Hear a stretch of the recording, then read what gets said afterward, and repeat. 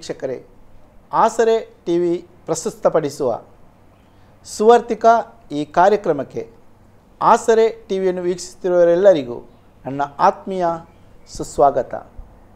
ಪ್ರಿಯರೇ, ಈ ದಿನ ಈ ಸುವರ್ತಿಕ ಕಾರ್ಯಕ್ರಮಕ್ಕೆ ನಮ್ಮ ಮಧ್ಯದಲ್ಲಿ ಹೊಸ ಅತಿಥಿಯಾಗಿ ಪಾಸ್ಟರ್ ಐವನ್ ಮೊಂತೆರೋ ಮಂಗಳೂರು ಇವರು ನಮ್ಮ ಮಧ್ಯದಲ್ಲಿದ್ದಾರೆ. ಅವರನ್ನು ಈ ಒಂದು ಸುವರ್ತಿಕ ಕಾರ್ಯಕ್ರಮಕ್ಕೆ ಅವರನ್ನು ನಾವು ಸ್ವಾಗತಿಸುವ. ಪ್ರಿಯರೇ, ಸ್ವಾಗತ ಪಾಸ್ಟರ್. ಸ್ವಾಗತ ಪಾಸ್ಟರ್, ಈ ಒಂದು ಸುವರ್ತಿಕ ಕಾರ್ಯಕ್ರಮದಲ್ಲಿ ನಿಮ್ಮ ಸಮಯವನ್ನು ತುಂಬ ತ್ಯಾಗ ಮಾಡಿ ಮಂಗಳೂರಿನಿಂದ ಇಲ್ಲಿಗೆ ಬಂದು ಈ ಒಂದು ಆಸರೆ ಟಿ ವಿ ಚಾನೆಲ್ನ ಮುಂದುಗಡೆ ನಿಮ್ಮ ಒಂದು ಸುವರ್ತಿಕ ಈ ಒಂದು ಜೀವನದ ನಿಮ್ಮ ಬಗ್ಗೆ ತಿಳಿಸುವುದಕ್ಕಾಗಿ ಬಂದಿರುವುದು ನಮಗೆ ತುಂಬ ಸಂತೋಷ. ಮತ್ತು ಈ ಆಸರೆ ಟಿ ವಿ ಚಾನಲನ್ನು ನೋಡುತ್ತಿರುವ ಕೇಳುತ್ತಿರುವವರಿಗೂ ಕೂಡ ಅದು ಆಶೀರ್ವಾದ ಮತ್ತು ಉತ್ತೇಜನವಾಗಿರುತ್ತದೆ ಅಂತ ನಾನು ನಂಬುತ್ತೇನೆ. ಪಾಸ್ಟರ್, ನಿಮ್ಮ ಒಂದು ಚಿಕ್ಕ ಪ್ರಾಯ ಅದನ್ನು ಎಲ್ಲಿಂದ ನೀವು ಕಳೆದಿದ್ದೀರಿ, ಎಲ್ಲಿ ಕಳೆದಿದ್ದೀರಿ ಪಾಸ್ಟರ್? ಪ್ರಪ್ರಥಮವಾಗಿ ಆಸರೆ ಚಾನೆಲ್ ಮೂಲಕ ಪ್ರಸಾರಪಡಿಸುತ್ತಿರುವಂಥ ಸುವಾರ್ತಿಕ ಕಾರ್ಯಕ್ರಮಕ್ಕೆ ನಾನು ಯೇಸು ಕ್ರಿಸ್ತನ ನಾಮದಲ್ಲಿ ಪ್ರಿಯ ವೀಕ್ಷಕರಿಗೆ ತುಂಬ ಹೃದಯದ ವಂದನೆಯನ್ನು ಸಲ್ಲಿಸ್ತೇನೆ. ಈ ಒಂದು ಕಾರ್ಯಕ್ರಮದಲ್ಲಿ ಪಾಲು ತೆಗೆದುಕೊಳ್ಳಿಕ್ಕೆ ನನಗೆ ಭಾಳ ಸಂತೋಷ ಆಗ್ತಿದೆ. ನಾನು ಹುಟ್ಟಿ ಬೆಳೆದದು ಮಂಗಳೂರಿನ ದಂಬೆಲೆಂಬಂಥ ಸ್ಥಳದಲ್ಲಿ. ನಮ್ಮ ತಂದೆ ತಾಯಿಗೆ ನಾವು 4 ಮಂದಿ ಮಕ್ಕಳು. ನನಗೆ 3 ಮಂದಿ ಸಹೋದರಿಯರು, ನಾನೊಬ್ಬನೇ ಹುಡುಗ. ನಾನು ಹುಟ್ಟಿದ ತರುವಾಯ ನಮ್ಮ ಮೊದಲ ಸ್ಥಿತಿ ಹೇಗಿತ್ತು ಅಂತ ಹೇಳಿದ್ರೆ, ನಮ್ಮ ತಂದೆಗೆ ಉರ್ವಸ್ಟೋರ್ ಎಂಬ ಸ್ಥಳದಲ್ಲಿ ಅವರಿಗೆ 2 ಶಾಪ್ ಇತ್ತು. ಹಿತ್ತಾಳೆ ಪಾತ್ರೆಗಳನ್ನು ಮಾಡುವಂಥ ಫ್ಯಾಬ್ರಿಕೇಷನ್ ಶಾಪ್ ಇತ್ತು ಅವರಿಗೆ. ಅದರ ನಂತರ ಒಂದು ಗಿರಾಣಿ ಅಂಗಡಿ ಕೂಡ ಅವರಿಗಿತ್ತು. ಅದರಿಂದ ಸ್ಥಿತಿ, ನಮ್ಮದು ಆರ್ಥಿಕ ಸ್ಥಿತಿ ಭಾಳ, ನಾನು ಹುಟ್ಟೋದಕ್ಕಿಂತ ಮುಂಚೆ ನನ್ನ ಸಹೋದರರು ತಂದೆ ತಾಯಿ ಹೇಳ್ತಿದ್ರು ಭಾಳ ಒಳ್ಳೆಯ ಸ್ಥಿತಿ ಇತ್ತೆಂಬುದಾಗಿ.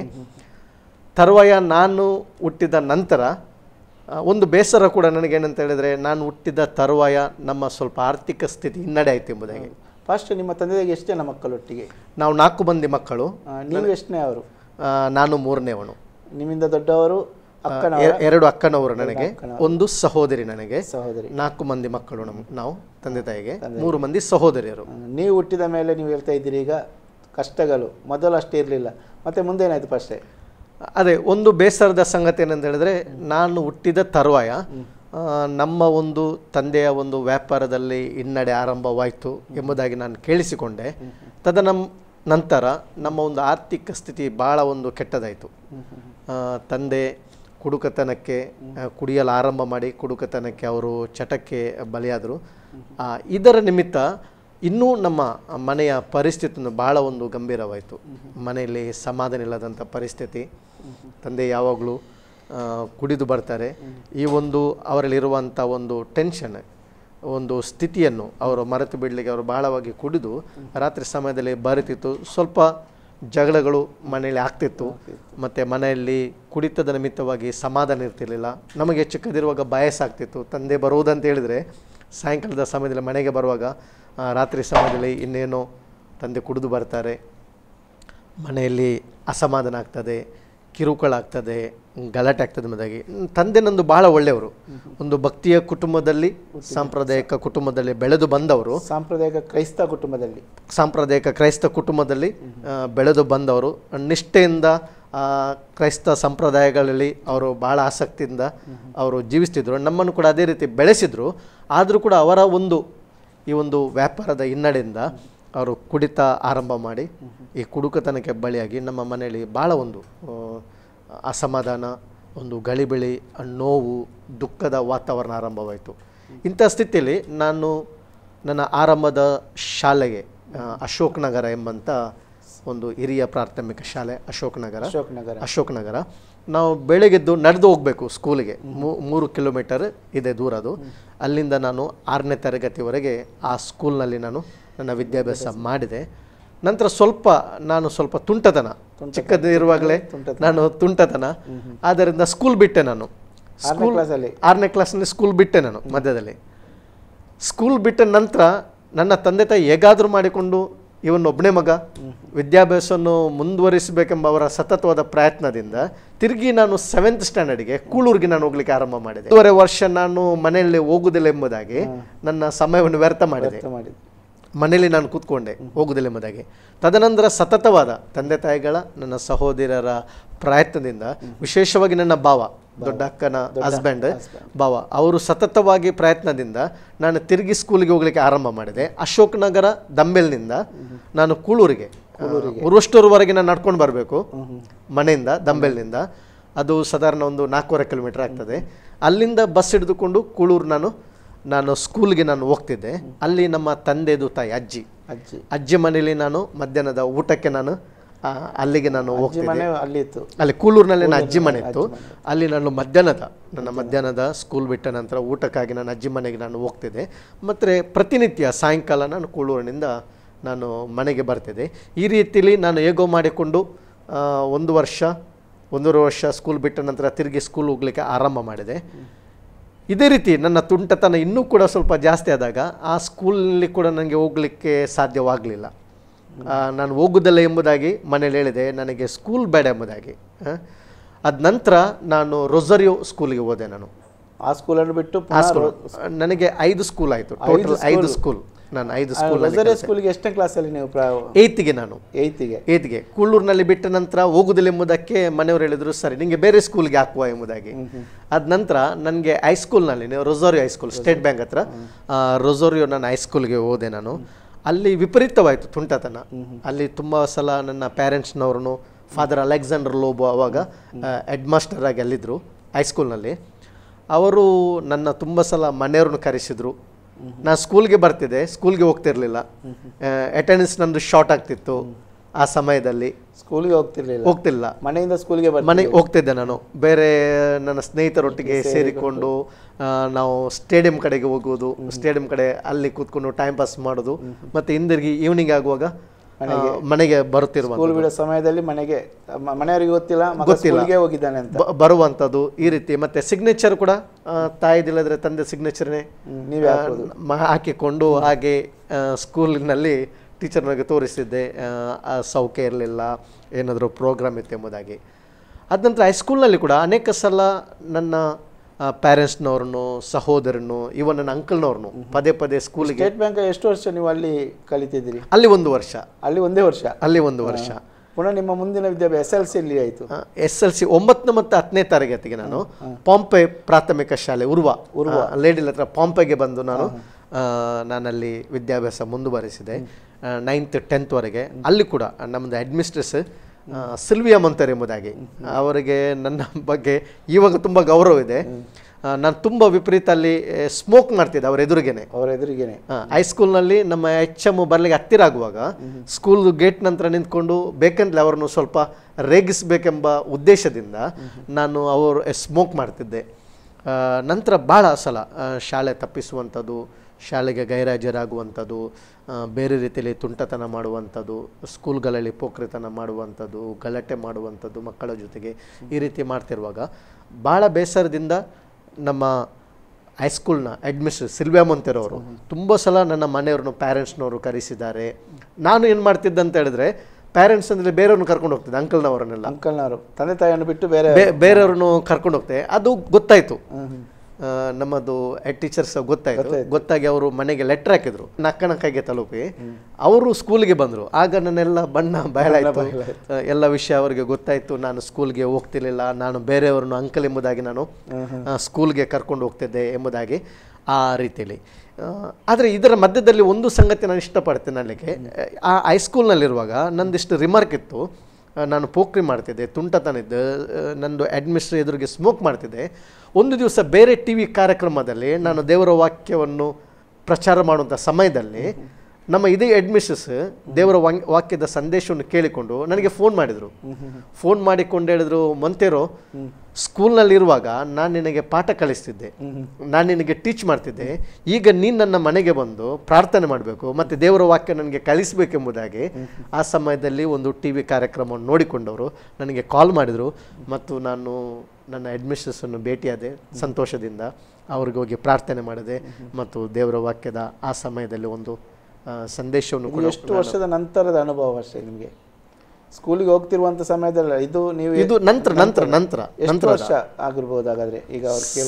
ಸಾಧಾರಣ ಅದು ಸ್ಕೂಲದ ಅನುಭವ 83ಯಲ್ಲಿ, ಸ್ಕೂಲದ ಹೈಸ್ಕೂಲ್ನಲ್ಲಿ. ಇದು ನನ್ನ ಅನುಭವ 2004ನಲ್ಲಿ. 2004 ಆಗ ನಿಮ್ಮ ಹಿಂದಿನದ್ದು ಕೂಡ ನಿಮಗೆ ನೆನಪಿಗೆ ಬಂತು? ಹೌದು. ಹೆಡ್ ಮಾಸ್ಟರ್ ಕರೆಯುವಂಥ ಸಮಯದಲ್ಲಿ, ಸ್ಕೂಲ್ ಮಾಸ್ಟರ್ ಕರೆಯುವಂಥ ಸಮಯದಲ್ಲಿ ಹೌದೌದು, ಆಗ ಪುನಃ ನಿಮಗೆ ನೆನಪಾಯಿತು ಆ ಸಮಯದಲ್ಲಿ ನಾನು ಈ ರೀತಿ ಇದ್ದೆ. ಹೌದೌದೌದು. ಮುಂದೆ ಏನಾಯ್ತು ಅಷ್ಟೇ? ಮುಂದೆ ನನ್ನ ಹೈಸ್ಕೂಲ್ ನಾನು ಕಂಪ್ಲೀಟ್ ಮಾಡಿದೆ. ಹೈಸ್ಕೂಲ್ ಕಂಪ್ಲೀಟ್ ಮಾಡಿದ ನಂತರ ನಾನು ಆ್ಯಕ್ಚುಲಿ ಕಲಿಯೋದ್ರಲ್ಲಿ ಅಷ್ಟು ಹಿನ್ನಡೆ ಎಂಬುದಾಗೆಲ್ಲ ಸ್ವಲ್ಪ ಕಲಿಯೋದ್ರಲ್ಲಿ ಹುಷಾರಾಗಿದ್ದೆ. ಆದರೆ ಈ ವಿಪರೀತವಾದ ಒಂದು ರೀತಿಯ ಈ ತುಂಟತನದಿಂದ, ಆಸಕ್ತಿ ಇಲ್ಲದ ನಿಮಿತ್ತ ನಾನು SLCಯಲ್ಲಿ ಫಸ್ಟ್ ಫೇಲ್ ಆದೆ. ನಾನು 3 ಸಬ್ಜೆಕ್ಟ್ನಲ್ಲಿ ನಾನು ಫೇಲ್ ಆದೆ. ನಾನು ನಂತರ ನನಗೆ ನನ್ನ ಅಡ್ಮಿಷನ್ ಕರೆದು ಹೇಳಿದರು, ನೋಡು 3 ಸಬ್ಜೆಕ್ಟ್ನಲ್ಲಿ ನೀನು ಫೇಲ್ ಆಗಿದೆ, ನೀನು ಹುಷಾರು ಹುಡುಗ, ನಿನಗೆ ಪಾಸ್ ಆಗ್ಬೋದಿತ್ತು ಎಂಬುದಾಗಿ. ಆದ ನಂತರ ಸಪ್ಲಿಮೆಂಟ್ರಿ ಎಕ್ಸಾಮ್ನಲ್ಲಿ ನಾನು ಕೂತ್ಕೊಂಡೆ, ಪ್ರಯತ್ನಪಟ್ಟು SLC ಎಕ್ಸಾಮನ್ನು ನಾನು ಪಾಸ್ ಮಾಡಿದೆ. ಪಾಸ್ ಮಾಡಿದ ನಂತರ ಮತ್ತೆ ಕಾಲೇಜ್ ಹೋಗ್ಲಿಕ್ಕೆ ನನಗೆ ಆಸಕ್ತಿ ಇರಲಿಲ್ಲ. ನನಗೆ ಒಂದೇ ಆಸಕ್ತಿ ಏನಂತ ಹೇಳಿದರೆ, ಈ ಒಳ್ಳೆ ರೀತಿಯಲ್ಲಿ ನಾನು ಶೈನ್ ಆಗಬೇಕು, ರೌಡಿಸಮ್ ಮಾಡಬೇಕು, ಹೆಸರು ಬರ್ತದೆ, ಪುಂಡಾಟಿಕೆ ಮಾಡಬೇಕು, ನನ್ನೊಟ್ಟಿಗೆ ಜನ ಇರಬೇಕು, ಏನಾದರೂ ಮಾಡಿಕೊಂಡು. ಒಂದು ಕಡೆ ಮನೆಯಲ್ಲಿ ಕಷ್ಟ ಇದೆ, ಮತ್ತೆ ಎಂಜಾಯ್ ಮಾಡಲಿಕ್ಕೆ ಆಗ್ತಿಲ್ಲ, ಲೈಫ್ ಎಂಜಾಯ್ ಮಾಡಲಿಕ್ಕೆ ಆಗ್ತಾ ಇಲ್ಲ. ಇದು ಬೋರಿಂಗ್ ಲೈಫ್. ಸ್ಕೂಲ್ ಲೈಫ್ ಅಂತ ಹೇಳಿದ್ರೆ ಒಂದು ರೀತಿಯ ಬೋರಿಂಗ್ ಲೈಫ್. ಇದಾದ್ರೆ ಲೋಕದ ರೀತಿಯಲ್ಲಿ ಹೋದ್ರೆ ಏನಾಗ್ತದೆ ಅಂತ ಹೇಳಿದ್ರೆ, ಯಾಕಂದ್ರೆ ಮನೆಯಲ್ಲಿ ಅಸಮಾಧಾನ ಇದೆ, ಮನೆಯಲ್ಲಿ ಸಂತೋಷ ಇಲ್ಲ, ಮನೆಯಲ್ಲಿ ದುಃಖದ ವಾತಾವರಣ ಇದೆ. ಅದರಿಂದ ಹೊರಗಡೆ ಹೋದ್ರೆ ಈ ರೀತಿಯ ಒಂದು ಲೈಫ್ ಏನಾಗ್ತದೆ ಅಂತ ಹೇಳಿದ್ರೆ ಎಂಟರ್ಟೈನ್ಮೆಂಟ್ ಸಿಗ್ತದೆ, ಮತ್ತು ಇದರಲ್ಲಿ ಸ್ವಲ್ಪ ಮೋಜು ಸಿಗ್ತದೆ ಎಂಬ ರೀತಿಯಲ್ಲಿ, ಆ ರೀತಿಯಲ್ಲಿ ನನ್ನ ದೃಷ್ಟಿ ಲೋಕದ ಕಡೆಗೆ ಹೋಗಬೇಕು ಎಂಬ ರೀತಿಯಲ್ಲಿ ನಾನು ಆಲೋಚನೆ ಮಾಡಿದೆ.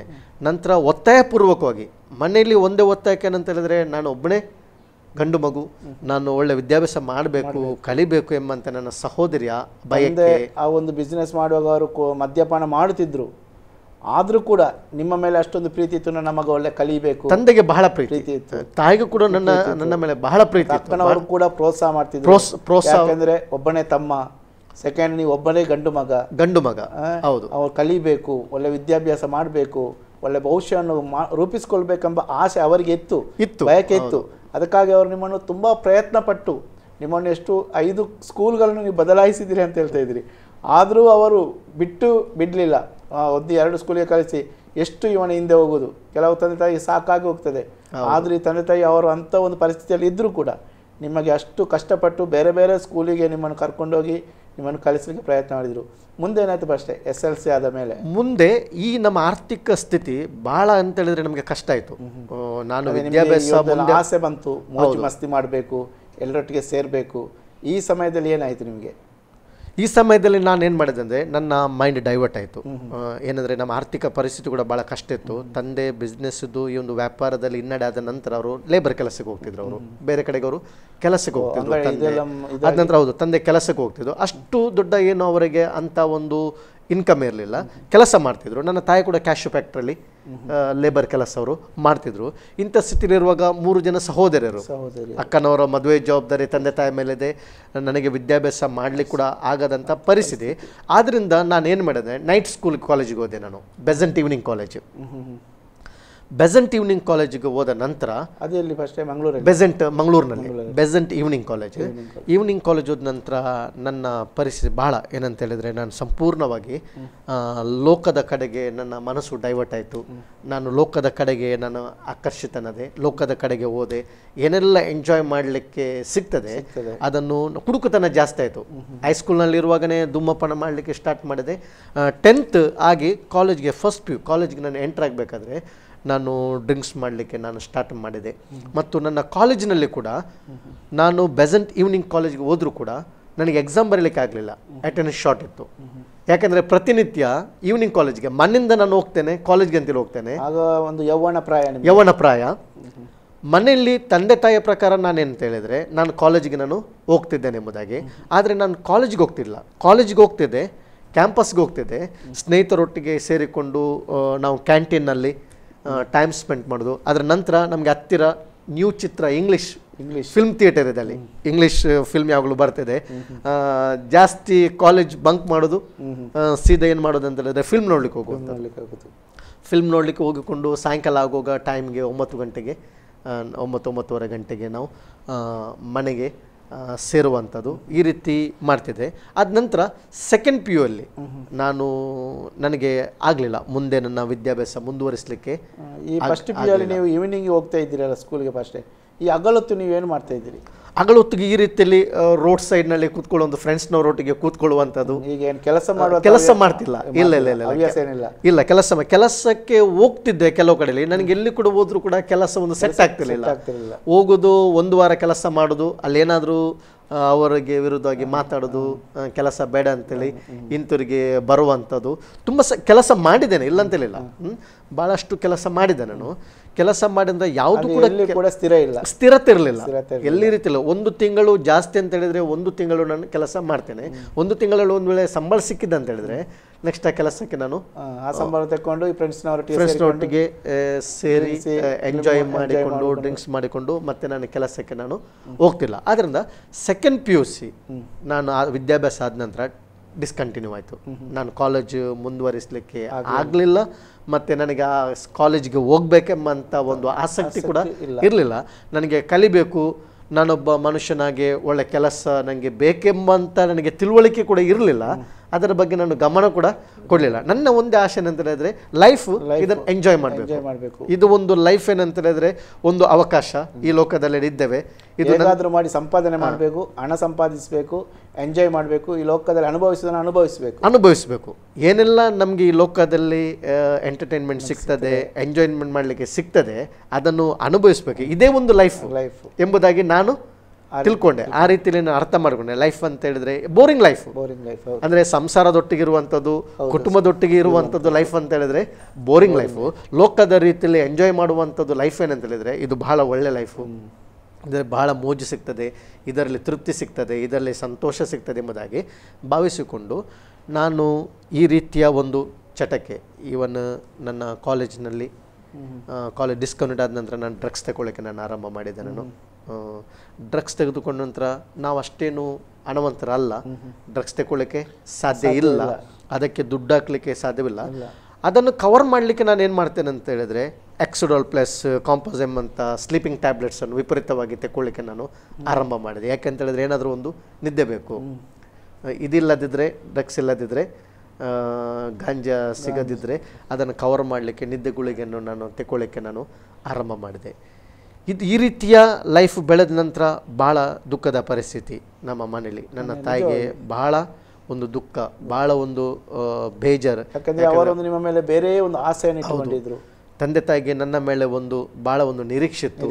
ನಮ್ಮ ಮಗ ಕಲಿಬೇಕು, ಒಳ್ಳೆ ವಿದ್ಯಾಭ್ಯಾಸ ಮಾಡಿಕೊಂಡು ಒಂದು ಒಳ್ಳೆ ಕೆಲಸದಲ್ಲಿ ಇರಬೇಕೆಂಬಂತ ಅವರ ಬಯಕೆ, ಆಶೆ ಮತ್ತು ನಿರೀಕ್ಷೆ ಇತ್ತು. ಆದರೆ ನಾನು ಅದನ್ನು ಸಫಲಪಡಿಸಲಿಲ್ಲ. ನನ್ನಿಂದ ಅವರ ಆಶೆಯನ್ನು ಪೂರೈಸಲಿಕ್ಕೆ ಸಮಯ ನಿಮ್ಮದು ಅದಾಗಿತ್ತು, ಆ ಒಂದು ಯೌವನ ಪ್ರಾಯ ಮತ್ತು ಆ ರೀತಿಯಾದ ಒಂದು ಜೀವನ ಇತ್ತು ಶೈಲಿ. ಹೌದು, ಅವರ ಆಶೆಯನ್ನು ಪೂರೈಸಲಿಕ್ಕೆ ಆಗಲಿಲ್ಲ ಮತ್ತು ನಾನು ಪ್ರಯತ್ನ ಕೂಡ ಮಾಡಲಿಲ್ಲ ಮತ್ತು ಮಾಡಬೇಕೆಂಬಂಥ ಆಲೋಚನೆ ಕೂಡ ನನಗಿರಲಿಲ್ಲ. ಯಾಕಂದರೆ ನಾನು ನನ್ನದೇ ಆದಂಥ ಒಂದು ಲೋಕದಲ್ಲಿ ನಾನು ಮುಳುಗಿ ಹೋಗಿದೆ. ನಾನು ನನ್ನದು ಮಾತ್ರ, ನಾನು ನನ್ನ ಲೈಫನ್ನು ಎಂಜಾಯ್ ಮಾಡಬೇಕು, ನನ್ನ ಸ್ನೇಹಿತರೊಟ್ಟಿಗೆ ನಾನು ಕುಡಿಬೇಕು. ಮನೆ ತಂದೆ ತಾಯಿಯ ಮೇಲೆ ಸ್ವಲ್ಪ ಚಿಂತೆ ಇಲ್ಲ, ಇಲ್ಲ ತಂಗಿ ಏನಿಲ್ಲ. ನಾನು ದುಡಿಬೇಕು, ಮನೆಗೆ ಖರ್ಚಿಗೆ ಕೊಡಬೇಕು, ನನ್ನ ಮನೆ ಹೇಗೆ ಮೇಂಟೈನ್ ಮಾಡ್ತಾರೆ ಅಂತ ಕೂಡ ಆ ರೀತಿಯ ನಾನು ಅರಿವು ನನಗೆ ಬರ್ತಿರ್ಲಿಲ್ಲ. ತದನಂತರ ಏನಾಯ್ತು ಅಂತ ಹೇಳಿದ್ರೆ ಈ ಒಂದು ಕುಡುಕತನ ಜಾಸ್ತಿ ಆಯಿತು, ಸ್ಮೋಕ್ ಮಾಡುವಂಥದ್ದು ಜಾಸ್ತಿ ಆಯಿತು. ಡೇ ಟೈಮ್ನಲ್ಲಿ ತಾಯಿ ಕೆಲಸಕ್ಕೆ ಹೋಗುವ ತನಕ ನಾನು ಮಲಗ್ತಿದ್ದೆ. ತಾಯಿ ಹೋದ ನಂತರ ತಾಯಿಗೆ ನಾನು ಹೇಳ್ತಿದ್ದೆ, ನನಗೆ ಒಂದು 5 ರೂಪೀಸ್ ಇಟ್ಟು ಹೋಗಿ ಅಂತೇಳಿ. 5 ರೂಪೀಸ್ ನನಗೆ ಸ್ಮೋಕ್ ಮಾಡಲಿಕ್ಕೆ ಹಣ ಬೇಕು. ಇಲ್ಲ ಅಂತೇಳಿದರೆ ದಿನದಲ್ಲಿ ನಮ್ಮ ಕ್ಲಬ್ ಇದೆ, ಕ್ಲಬ್ನಲ್ಲಿ ನಾವು ಕೂತ್ಕೊಳ್ತೇವೆ. ಯಾರಾದರೂ ಅಲ್ಲಿ ನಮ್ಮ ಹತ್ತಿರ ಅಲ್ಲಿ ಒಂದು ಮಿಲ್ ಇದೆ, ರೈಮನ್ ಸಾ ಮಿಲ್ ಅಂತೇಳಿ, ಅಲ್ಲಿಂದ 10 ಗಂಟೆಗೆ ಕೆಲಸಕ್ಕೆ ಬರೋರು ಇರ್ತಾರೆ. ಅವರೆಲ್ಲ ನಮಗೆ ಅವರು ಸಿಗರೇಟ್ ತಗೊಳ್ಳುವಾಗ ನಮಗೆ ಸಹ ಒಂದು ಸಿಗರೇಟ್ ತೆಗೆದುಕೊಡೋದು, ಇಲ್ಲಾಂದರೆ ಅವರು ಟೀ ಕುಡಿಯುವಾಗ ನಮಗೆ ಸಹ ಅವರು ಟೀ ಕುಡಿಯೋದು, ಇಲ್ಲಾಂದರೆ ಯಾರಾದರೂ ಅವರು ಡ್ರಿಂಕ್ಸ್ ಮಾಡಲಿಕ್ಕೆ ಹೋಗುವಾಗ ನಮ್ಮನ್ನು ಸಹ ಕರೆಯುವಂಥದ್ದು. ಈ ರೀತಿಯ ಲೈಫ್ ಆಗಿ ಸಾಧಾರಣ 91-92 ಅಲ್ಲಿ ನನ್ನ ಮೇಲೆ ಕೋರ್ಟ್ ಕೇಸ್ ಆಯಿತು. ಕೋರ್ಟ್ ಕೇಸ್ ಆಯಿತು. 2 ಕೇಸ್ ಫೈಲ್ ಆಯಿತು ಪೊಲೀಸ್ ಸ್ಟೇಷನಲ್ಲಿ. ಕೋರ್ಟ್ನಲ್ಲಿ ನಾನು ಕೇಸ್ಗೋಸ್ಕರ ಪದೇ ಪದೇ ಅಳೆದಾಡಬೇಕಂತ ಪರಿಸ್ಥಿತಿ ಬಂತು. ಅದ ನಂತರ ಲಾಸ್ಟ್ ಫೈನಲ್ ಒಂದು ನಿರ್ಧಾರಕ್ಕೆ ಬಂದೆ, ಇದು ಲೈಫ್ ಬೇಡ ಅಂತೇಳಿ. ಈ ಲೈಫು ಬೇಡ, ಈ ಲೈಫ್ ಎಂಡ್ ಮಾಡಬೇಕೆಂಬುದಾಗಿ ಕೂಡ ಆಲೋಚನೆ ಮಾಡಿದೆ. ಈ ಲೈಫ್ ಈ ರೀತಿಯಾಗಿ ಇನ್ನು ಕೋರ್ಟಿಗೆ ಹೋಗುವಂಥದ್ದು, ಕೋರ್ಟ್ಗೆ ಲಾಯರ್ಗೆ ಕೊಡಲಿಕ್ಕೆ ಹಣ ಇಲ್ಲ ನಮ್ಮ ಹತ್ರ. ನಮ್ಮ ಫ್ರೆಂಡ್ಸ್ ಸರ್ಕಲ್ ಯಾರು ಕೂಡ ದುಡಿಯೋರಿಲ್ಲ. ಕೋರ್ಟ್ನಲ್ಲಿ ಲಾಯರ್ಗೆ ಫೀಸ್ ಕೊಡಬೇಕು, ಅದು ಕೊಡಲಿಕ್ಕೆ ನಮ್ಮಿಂದ ಆಗ್ತಿಲ್ಲ. ಕೇಸ್ ಮುಂದುವರಿತಾ ಹೋಗ್ತದೆ. ಇಲ್ಲಿ ಮನೆಯಲ್ಲಿ ಅಸಮಾಧಾನ, ನನ್ನ ತಾಯಿ ಯಾವಾಗಲೂ ಕಣ್ಣೀರು ಸುರಿಸೋದು. ತದನಂತರ ನಾನು ಮನೆಗೆ ಬರುವಂಥ ನನ್ನ ಟೈಮಿಂಗ್ಸ್ 12:30 ಗಂಟೆ, ರಾತ್ರಿ 1 ಗಂಟೆ ಆಯಿತು. ನನ್ನ ತಾಯಿ ಮಾರ್ಗದಲ್ಲಿ ನಿಂತ್ಕೊಂಡು ಯಾರಾದರೂ ರಿಕ್ಷಾ ಡ್ರೈವರ್ ಬಂದರೆ ಇಲ್ಲ ನನ್ನ ಪರಿಚಯವರು ಬಂದರೆ ಅವ್ರ ಹತ್ರ ಕೇಳ್ತಿದ್ರು, ನನ್ನ ಮಗನಿದ್ದಾನ, ಅವನಿಲ್ಲಿದ್ದಾನೆ, ಕೆಳಗಿದ್ದಾನ, ಈ ರೀತಿಯಲ್ಲಿ ತಾಯಿಗೆ ಒಂದು ಪ್ರೀತಿ. 9 ತಿಂಗಳ ತನಕ ಹೊಟ್ಟೆಯಲ್ಲಿಟ್ಟು ಹೌದೌದು ಅವರ ಒಂದು ನನ್ನ ಮಗ ಎಂಥವನಾಗಿದ್ರು, ಎಷ್ಟು ತಪ್ಪು ಮಾಡ್ತಿದ್ರು, ಎಷ್ಟು ಕೆಟ್ಟು ಹೋಗಿರುವುದಾದ್ರು, ಆ ತಾಯಿಯ ಒಂದು ಪ್ರೀತಿ, ನನ್ನ ಮಗ ಎಲ್ಲಿದ್ದಾನೆ, ಬಂದು ಮುಟ್ಟ ರಾತ್ರಿ ಆಯಿತು. ಯಾಕಂದರೆ ನಿಮ್ಮ ಜೀವನ ಶೈಲಿಯೆಲ್ಲ ಅವ್ರಿಗೆ ಗೊತ್ತಿತ್ತು. ನೀವು ಈ ರೀತಿಯೆಲ್ಲ ತಪ್ಪು ಕಾರ್ಯದಲ್ಲಿ ಬೇಡವಾದಂಥ ಚಟಗಳಿಂದ ನೀವು ಬಿದ್ದಿದ್ದೀರಿ. ಈ ರೀತಿಯಾಗಿ ಏನಾದರೂ ಮಗ ಎಲ್ಲಿಯಾದರೂ ಹೋಗಿದ್ದಾನ, ಯಾರ ಫ್ರೆಂಡ್ಸ್ನವರೊಟ್ಟಿಗೆ, ಈ ರೀತಿಯಾಗಿ ಅವರು ಚಿಂತೆ ಪಡ್ಕೊಂಡು ರಾತ್ರಿ ನಿದ್ದೆ ಮಾಡದೆ ನಿಮ್ಮನ್ನು ಕಾಯುವಂಥ ಪರಿಸ್ಥಿತಿ ಆ ಸಮಯದಲ್ಲಿ. ಹೌದು, ಯಾಕಂದರೆ ತಾಯಿನ ನಾನು ತುಂಬ ಪ್ರೀತಿಸ್ತಿದ್ರು. ಅವರು ಆ ಒಂದು ಕ್ಯಾಶ್ಯೂ ಫ್ಯಾಕ್ಟ್ರಿಗೆ ಲೇಬರ್ ಕೆಲಸಕ್ಕೆ ಹೋದರೂ ಕೂಡ ದಿನ ಬೆಳಗ್ಗೆ ಹೋಗ್ಕೊಂಡು ಸಾಯಂಕಾಲ ಕೆಲಸದಿಂದ ಬರ್ತಿದ್ರು. ಬಂದ ನಂತರ ಅವ್ರಿಗೆ ವಿಪರೀತವಾದ ಅಸ್ತಮ ಕಾಯಿಲೆ ಸಿಕ್ತು. ಅವ್ರಿಗೆ ಪದೇ ಪದೇ ರಾತ್ರಿ ನಿದ್ದೆಗೆಡ್ತಿದ್ರು, ಅಸ್ತಮ ಕಾಯಿಲೆ. ಈ ಮಧ್ಯದಲ್ಲಿ ನನ್ನ ಕೂಡ ಅವರಿಗೆ ಒಂದು ಬೇಸರ, ಮಗ ಈ ರೀತಿ ದಾರಿ ತಪ್ಪಿ ಹೋಗಿದ್ದಾನೆ, ಮಗನ ಲೈಫ್ ಇನ್ನು ಮುಂದೆ ಏನೆಂಬುದಾಗಿ ಭಾಳ ಅವರು ಭಯ ಕೂಡ ಇರ್ಬೋದಿತ್ತು, ಎಲ್ಲಿ ಹೋಗಿದ್ದಾನೆ ಇವತ್ತು. ಹೌದು, ತುಂಬ ಭಯ ಇತ್ತು. ಅದಕ್ಕೋಸ್ಕರ ಸಹೋದರರು ಕೂಡ ಯಾರಾದರೂ ಬಂದರೆ ಅವರು 10 ಗಂಟೆ ನಂತರ ಮೇಲೆ ರೋಡ್ ಸೈಡ್ಗೆ ಬಂದು ನಿಂತ್ಕೊಳ್ಳೋದು. ಯಾಕಂದರೆ ನಮ್ಮದಲ್ಲಿ ಯಾವಾಗಲೂ ಒಂದು ಗಲಾಟೆ ಕೂಡ ವಾತಾವರಣ. ನಾವು ಅಲ್ಲಿ ನಮ್ಮದು ಫ್ರೆಂಡ್ಸ್ಗಳು ಕುಡ್ದಾದ ನಂತರ ಏನಾದರೂ ಗಲಾಟೆ ಆಗ್ತದೆ. ಇದು ತಾಯಿಗೆ ಮನೆಯವರಿಗೆ ಸ್ಪಷ್ಟವಾಗಿ ಗೊತ್ತಿತ್ತು. ಅದರಿಂದ ಅವರು ಮುಂದೆ ಬಂದು ನಿಂತ್ಕೊಳ್ಳೋದು ರೋಡ್ನಲ್ಲಿ, ರಾತ್ರಿ ಎಷ್ಟೊತ್ತಿಗೆ ಮನೆಗೆ ಬರ್ತಾನೆ ಎಂಬುದಾಗಿ, ಎಲ್ಲಿಗೆ ಹೋದ ಎಂಬುದಾಗಿ, ಇದೇ ರೀತಿಯ ಚಿಂತೆ. ಆಗ ಆ ಸಮಯದಲ್ಲಿ ಫೋನ್ ಮಾಡಲಿಕ್ಕೆ ಫೋನ್ ಇರಲಿಲ್ಲ, ಲ್ಯಾಂಡ್ ಫೋನ್ ಕೂಡ ಮನೇಲಿಲ್ಲದಂಥ ಪರಿಸ್ಥಿತಿಗಳು. ಆ ಸಮಯದಲ್ಲಿ ಫೋನ್ ಮಾಡಲಿಕ್ಕೆ ಆಗೋದಿಲ್ಲ. ಅದಕ್ಕೋಸ್ಕರ ಅವರು ದಾರಿಯಲ್ಲಿ ಬಂದು ಕಾಯ್ತಿದ್ರು, ಮಗ ಯಾವಾಗ ಮನೆಗೆ ಬರ್ತಾನೆ ಎಂಬುದಾಗಿ. ಯಾರಾದರೂ ದಾರಿಯಲ್ಲಿ ಸಿಕ್ಕಿದ್ರೆ ಕೇಳ್ತಿದ್ರು, ನನ್ನ ಮಗನನ್ನು ನೋಡಿದ್ದೀರಾ, ಮಗ ಎಲ್ಲಿದ್ದಾನೆ ಎಂಬುದಾಗಿ ಕೇಳ್ತಿದ್ರು. ಇಂಥ ಒಂದು ತಾಯಿ ಭಾಳ ದುಃಖದ ಪರಿಸ್ಥಿತಿ, ಅವರ ನೋವಿನ ಪರಿಸ್ಥಿತಿ ಅವರಿಗೆ ಮಗನ ವಿಷಯದಲ್ಲಿ. ಈ ರೀತಿ ಲೈಫು ಮುಂದುವರಿತಾ ಹೋಯ್ತು. ಆದರೆ ನನ್ನ ಲೈಫು ನಂತರ ನನಗೇನೆ ಬೇಸರ ಆಯಿತು. ನನ್ನ ಲೈಫು ಇದರಲ್ಲಿ ಏನಿಲ್ಲ, ಇದು ಟೆಂಪರರಿ ಲೈಫು, ಇದು ಬೇಗ ಮುಗಿದು ಹೋಗ್ತದೆ. ಈ ಲೈಫ್ನಲ್ಲಿ ಏನೂ ಮಾಡಲಿಲ್ಲ. ನನ್ನ ಸ್ವಂತ ಎತ್ತ ತಂದೆ ತಾಯಿಗೆ ನಾನು ಏನನ್ನು ಕೂಡ ಮಾಡಲಿಲ್ಲ. ನನ್ನಿಂದ ಅವರಿಗೆ ಏನು ಸಹಾಯ ಆಗಲಿಲ್ಲ, ನನ್ನಿಂದ ಅವರಿಗೆ ಪ್ರೀತಿ ಸಹ ಸಿಗಲಿಲ್ಲ. ಇನ್ನು ಮುಂದೆ ನನ್ನ ಲೈಫ್ ಏನು ಹೀಗೇನೆ ಮುಂದುವರೆದರೆ, ತಂದೆ ತಾಯಿಗೆ ಪ್ರಾಯ ಆಗ್ತಾ ಬಂತು. ಈ ರೀತಿ ಆಲೋಚನೆ ಮಾಡುವಾಗ ನನ್ನ ತಂದೆ ಸಿಕ್ಕಿಬಿದ್ದರು. ತಂದೆ ಸಿಕ್ಕಿಬಿದ್ದ ನಂತರ ನಾನು ಆ ಸಮಯದಲ್ಲಿ ಸ್ವಲ್ಪ ಇಲ್ಲಿ ಕೇಬಲ್ ಟಿ ವಿಲಿ ನಾನು ಕೆಲಸ ಮಾಡ್ತಿದ್ದೆ. ನಮ್ಮ ಫ್ರೆಂಡ್ಸ್ನವರು ಆಗ ಪ್ರಪ್ರಥಮ ಬಾರಿಗೆ ನಮ್ಮ ದಂಬೆಲ್ ಪ್ರಾಂತದಲ್ಲಿ ಟಿ ವಿ ಆರಂಭವಾಯಿತು, ಕೇಬಲ್ ಟಿ ವಿಲಿ ಅದನ್ನು ನೋಡ್ಕೊಳ್ಳುವಂಥ ನಾನು ಕೆಲಸ ಎಲ್ಲ ಮಾಡ್ತಿದ್ದೆ. ಆ ಸಮಯದಲ್ಲಿ ಸ್ವಲ್ಪ ಇನ್ಕಮ್ ಸಿಗ್ತಿತ್ತು ತಂದೆಗೆ, ಸ್ವಲ್ಪ ರೀತಿಯಲ್ಲಿ, ದೊಡ್ಡದೇನಲ್ಲ, ಚಿಕ್ಕ ಮಟ್ಟಿಗೆ ಒಂದು ಮೆಡಿಸಿನ್ ತರಲಿಕ್ಕೆ ನನ್ನಿಂದ ಆ ಸಮಯದಲ್ಲಿ ಒಂದು ನೆರವು ಆರಂಭವಾಯಿತು ಮನೆಗೆ. ನನ್ನಿಂದ ಒಂದು ಬದಲಾವಣೆ ಜೀವಿತ ಆರಂಭವಾಯಿತು. ಅದ ನಂತರ ಸರಿ, ಈ ಒಂದು ಲೈಫ್ ಇನ್ನು ಮುಂದೆ ಹೋಗಬಾರ್ದು, ನನಗೇನಾದರೂ ಹೊರಗೆ ಬರಬೇಕು, ಒಂದು ಬದಲಾವಣೆ ಬೇಕೆಂಬುದಾಗಿ ನಾನು ಆಲೋಚನೆ ಮಾಡಿದೆ. ಆಗ ನನಗೆಲ್ಲರೂ ನನ್ನ ಕುಟುಂಬದಲ್ಲಿ ಕೆಲವರು ಆಲೋಚನೆ ಮಾಡಿ ಕೇರಳದಲ್ಲಿ ಚಾಲುಕೋಡಿಯಲ್ಲಿ ರಿಟ್ರೀಟ್ ಸೆಂಟರ್ ಇದೆ, ಅಲ್ಲಿ ಹೋಗುವ ಎಂಬುದಾಗಿ. ಅಲ್ಲಿ ನಾನು ಹೋದೆ. ನಾನು ಹೋಗೋ ಮುಂಚೆ ನಾನು ಲಾಸ್ಟ್ ಒಂದು ಪಾರ್ಟಿ ಮಾಡಿದೆ. ನನ್ನ ಸ್ನೇಹಿತರಿಗೆ ಹೇಳಿದೆ, ನನಗೆ ನನ್ನ ಆಲೋಚನೆ ಪ್ರಕಾರ ಏನಂತ ಹೇಳಿದ್ರೆ, ಆ ಸ್ಥಳಕ್ಕೆ ಹೋಗಿ ಬಂದ ನಂತರ ನಾನು ಕುಡಿಯೋದನ್ನು ನಾನು ಸ್ಟಾಪ್ ಮಾಡ್ತೇನೆ. ಇದು ನಂದು ಲಾಸ್ಟ್. ಅಲ್ಲಿ ಹೋದ ನಂತರ ಕುಡಿಲಿಕ್ಕೆ ಆಗುದಿಲ್ಲ, ಏನು ಅಲ್ಲಿ ಒಂದು ಪವರ್ ಇರ್ಬೋದು. ಅನೇಕರಲ್ಲಿ ಹೋಗ್ತಾರೆ, ಅಲ್ಲಿ ಗೊತ್ತುಂಟು, ಅಲ್ಲಿ ಅದರಿಂದ ಬಿಡುಗಡೆಗಾಗಿ ಅಲ್ಲಿ ಹೋಗ್ತಾರೆ, ಅದ್ಭುತಗಳಿಗಾಗಿ ಹೋಗ್ತಾರೆ. ಹೌದು, ನಿಮ್ಮ ಜೀವಿತದಲ್ಲೂ ಕೂಡ ಬಿಡುಗಡೆ ಆಗ್ತದೆ. ಇನ್ನು ನನಗೆ ಕುಡಿಲಿಕ್ಕೆ ಸಿಕ್ಕುವುದಿಲ್ಲ, ಅಲ್ಲಿ ಹೋದರೆ ಮತ್ತೆ ನಾನು ಬಂದು ಕುಡಿಲಿಕ್ಕೆ ಆಗುವುದಿಲ್ಲ, ಮತ್ತು ಬಿಡ್ತೇನೆ ಎಂಬ ಒಂದು ನಂಬಿಕೆಯಿಂದ, ಅದಕ್ಕಾಗಿ ಎಲ್ಲ ಇದಕ್ಕೆ ಮೊದಲು ಮಾಡುವುದನ್ನೆಲ್ಲ ಮಾಡಿ ಹೋಗುವಂಥ ಒಂದು ಆಲೋಚನೆ ಹೌದು ಮುಂದೆ ಮಾಡಲಿಕ್ಕೆ ಆಗೋದಿಲ್ಲ ಆಲೋಚನೆ. ಆ ರೀತಿಯಲ್ಲಿ ನಮಗೆ ಟ್ರೈನ್ ರಾತ್ರಿ ಸಮಯದಲ್ಲಿ ಬೆಳಗ್ಗೆ 4 ಗಂಟೆಗೆ ಏನಾದರೂ ಟ್ರೈನ್ ಹೋಗ್ಲಿಕ್ಕೆ 3:30ಕ್ಕೆ ಏನಾಯ್ತು ಇರ್ಬೋದು. ಹೌದು, ರಾತ್ರಿ ಹೋಗಿ ಅಲ್ಲಿ ಹಾಲ್ಟ್ ಆಗ್ತಿದ್ದು ಅದು. ಆದ್ದರಿಂದ ರಾತ್ರಿ ಎಲ್ಲ ನಾವು ಫ್ರೆಂಡ್ಸ್ನವ್ರು ಹೋಗುವವರೆಲ್ಲರೂ ನನ್ನೊಟ್ಟಿಗೆ ಕೆಲವು ಫ್ರೆಂಡ್ಸ್ನವ್ರು ಕುಡಿದ್ರು. ನಾವು ಹೋಗಿ ಕುಡಿದು ಕೂತ್ಕೊಂಡೆವು ಬಾರ್ನಲ್ಲಿ. ಕುಡಿದು ಭಾಳ ವಿಪರೀತವಾಯಿತು. ನಾನಂತರ ನನ್ನ ಆಸೆಯನ್ನು ಪೂರೈಸಲಿಕ್ಕೆ ಫೈನಲ್ ಇನ್ನು ಹೋದ ನಂತರ ಮತ್ತೆ ಅವಕಾಶ ಸಿಗಲಿಕ್ಕಿಲ್ಲ ಕುಡಿಲಿಕ್ಕೆ ಎಂಬುದಾಗಿ, ಏನೋ ಅಲ್ಲಿ ಹೋದ ನಂತರ ಚೇಂಜ್ ಆಗ್ಬೋದೆಂಬಂಥ ಉದ್ದೇಶದಿಂದ ನಾನು ವಿಪರೀತ ಕುಡಿದ ನಂತರ ನನಗೆ ಗೊತ್ತಿಲ್ಲ ಏನಾಯ್ತು ಎಂಬುದಾಗಿ. ನನ್ನ ಫ್ರೆಂಡ್ಸ್ನವರು ನನ್ನನ್ನು ಕೈಯಲ್ಲಿ ಹಿಡಿದುಕೊಂಡು ಟ್ರೈನಲ್ಲಿ ಮಲಗಿಸಿದ್ದಾರೆ ಎಂಬುದಾಗಿ ಹೇಳಿದರು. ಅವರು ಹೋಗಿ ಮುಟ್ಟುವ ತನಕ ಅವರು ಮತ್ತೆ ತಮಾಷೆ ಮಾಡ್ತಿದ್ರು. ಬಾರ್ನಲ್ಲಿ ಕುಡಿಯುವಂಥ ಸಮಯದಲ್ಲಿ ಫ್ರೈ ಮೀನು ಅದು ನನ್ನ ಕೈಲಿತ್ತು ಎಂಬುದಾಗಿ. ಹೋಗುವಾಗ ಸಹ ಟ್ರೈನ್ನಲ್ಲಿ ಹೋಗುವಾಗ ಸಹ ಅಲ್ಲಿ ಕೂತ್ಕೊಳ್ಳೋಗು ಸಹ ಆ ಒಂದು ರೀತಿಯಲ್ಲಿ ನಾನು ಕುಡಿದು ನಾನು ಮಲಗಿದ್ದೆ. ನಾನು ಅದ ನಂತರ ಓದೆ, 1 ವಾರದ ಒಂದು ಜ್ಞಾನಕೂಟದಲ್ಲಿ ಭಾಗವಹಿಸಿದೆ. ಸಂತೋಷವಾಯಿತು, ಸಮಾಧಾನ ಆಯಿತು, ಬಂದೆ. ತದನಂತರ ತಾತ್ಕಾಲಿಕವಾಗಿ ಬಂದೆ. ಒಂದು 3-4 ದಿವಸ ಈ ರೀತಿಯ ಒಂದು ಸ್ಮೋಕು ಆಗಲಿ ಡ್ರಿಂಕ್ಸ್ ಮಾಡುವಂಥದ್ದಾಗಲಿ ಸ್ಟಾಪ್ ಮಾಡಿದೆ. 3-4 ದಿವಸ ಆದ ನಂತರ ಪುನಃ ತಿರುಗಿ ಸ್ಟಾರ್ಟ್ ಆಯಿತು. ಆ ರೀತಿಯಾಗಿ ನಾನು ಒಂದು 4-5 ಬಾರಿ ನಾನು ಹೋಗಿ ಬಂದೆ. ನಾನು ಅಂತ ಹೇಳುವಂಥ ಸುಧಾರಣೆ ಆಗಲಿ ಆಗಲಿಲ್ಲ, ಬದಲಾವಣೆ ಆಗಲಿಲ್ಲ. ಕೋರ್ಟ್ ಕೇಸ್ ಇದೆ. ಇಂಥ ಸ್ಥಿತಿಯಲ್ಲಿ ಮನೇಲಿ ಕೂಡ ಭಾಳ ಕಷ್ಟ ಇದೆ. ನಾನು ಆಲೋಚನೆ ಮಾಡಿದೆ, ನಾನು ಮಂಗಳೂರು ಬಿಡ್ತೇನೆ ಎಂಬುದಾಗಿ. ಮಂಗಳೂರು ಬಿಟ್ಟು ನಾನು ಮುಂಬೈಗೆ ಹೋಗಬೇಕು. ನನ್ನ ಮಾವ ಇದ್ದಾರೆ, ಅಂಕಲ್ ಇದ್ದಾರೆ, ಅವರು ಹೋಟೆಲ್ ನಡೆಸ್ತಾರೆ ಮುಂಬೈಯಲ್ಲಿ. ನಾನು ಮುಂಬೈ ಹೋಗ್ತೇನೆ ಎಂಬಂಥ ಆಲೋಚನೆ ಮಾಡಿಕೊಂಡು ನಾನು ಮುಂಬೈಗೆ ಪ್ರಯಾಣವನ್ನು ಬೆಳೆಸಿದ್ದನ್ನು. ಮುಂಬೈಗೆ ಹೋದ ನಂತರ ಕೂಡ ಅಲ್ಲಿ ಲೈಫು ಹೇಳುವವರು ಕೇಳುವವರು ಯಾರಿಲ್ಲ. ಅಲ್ಲಿ ಒಂದು ಅನುಭವ ಬೇರೆ. ಆಗ ಫುಲ್ಲು ಯೌವನದ ಒಂದು ಓಸಿನಲ್ಲಿ ಇದ್ರಿ. ಆದರೆ ಇಲ್ಲಿ ತುಂಬ ಮಾಡ್ತಿದ್ರಿ ಮತ್ತು ಸ್ವಲ್ಪ ಒಳ್ಳೇದಾಗಬೇಕೆಂಬ ಆಸೆ ಇತ್ತು. ಒಳ್ಳೆ ಬಿಡುಗಡೆ ಹೊಂದ್ಕೊಳ್ಬೇಕು, ಇದರಿಂದ ಹೊರಗೆ ಬರಬೇಕು.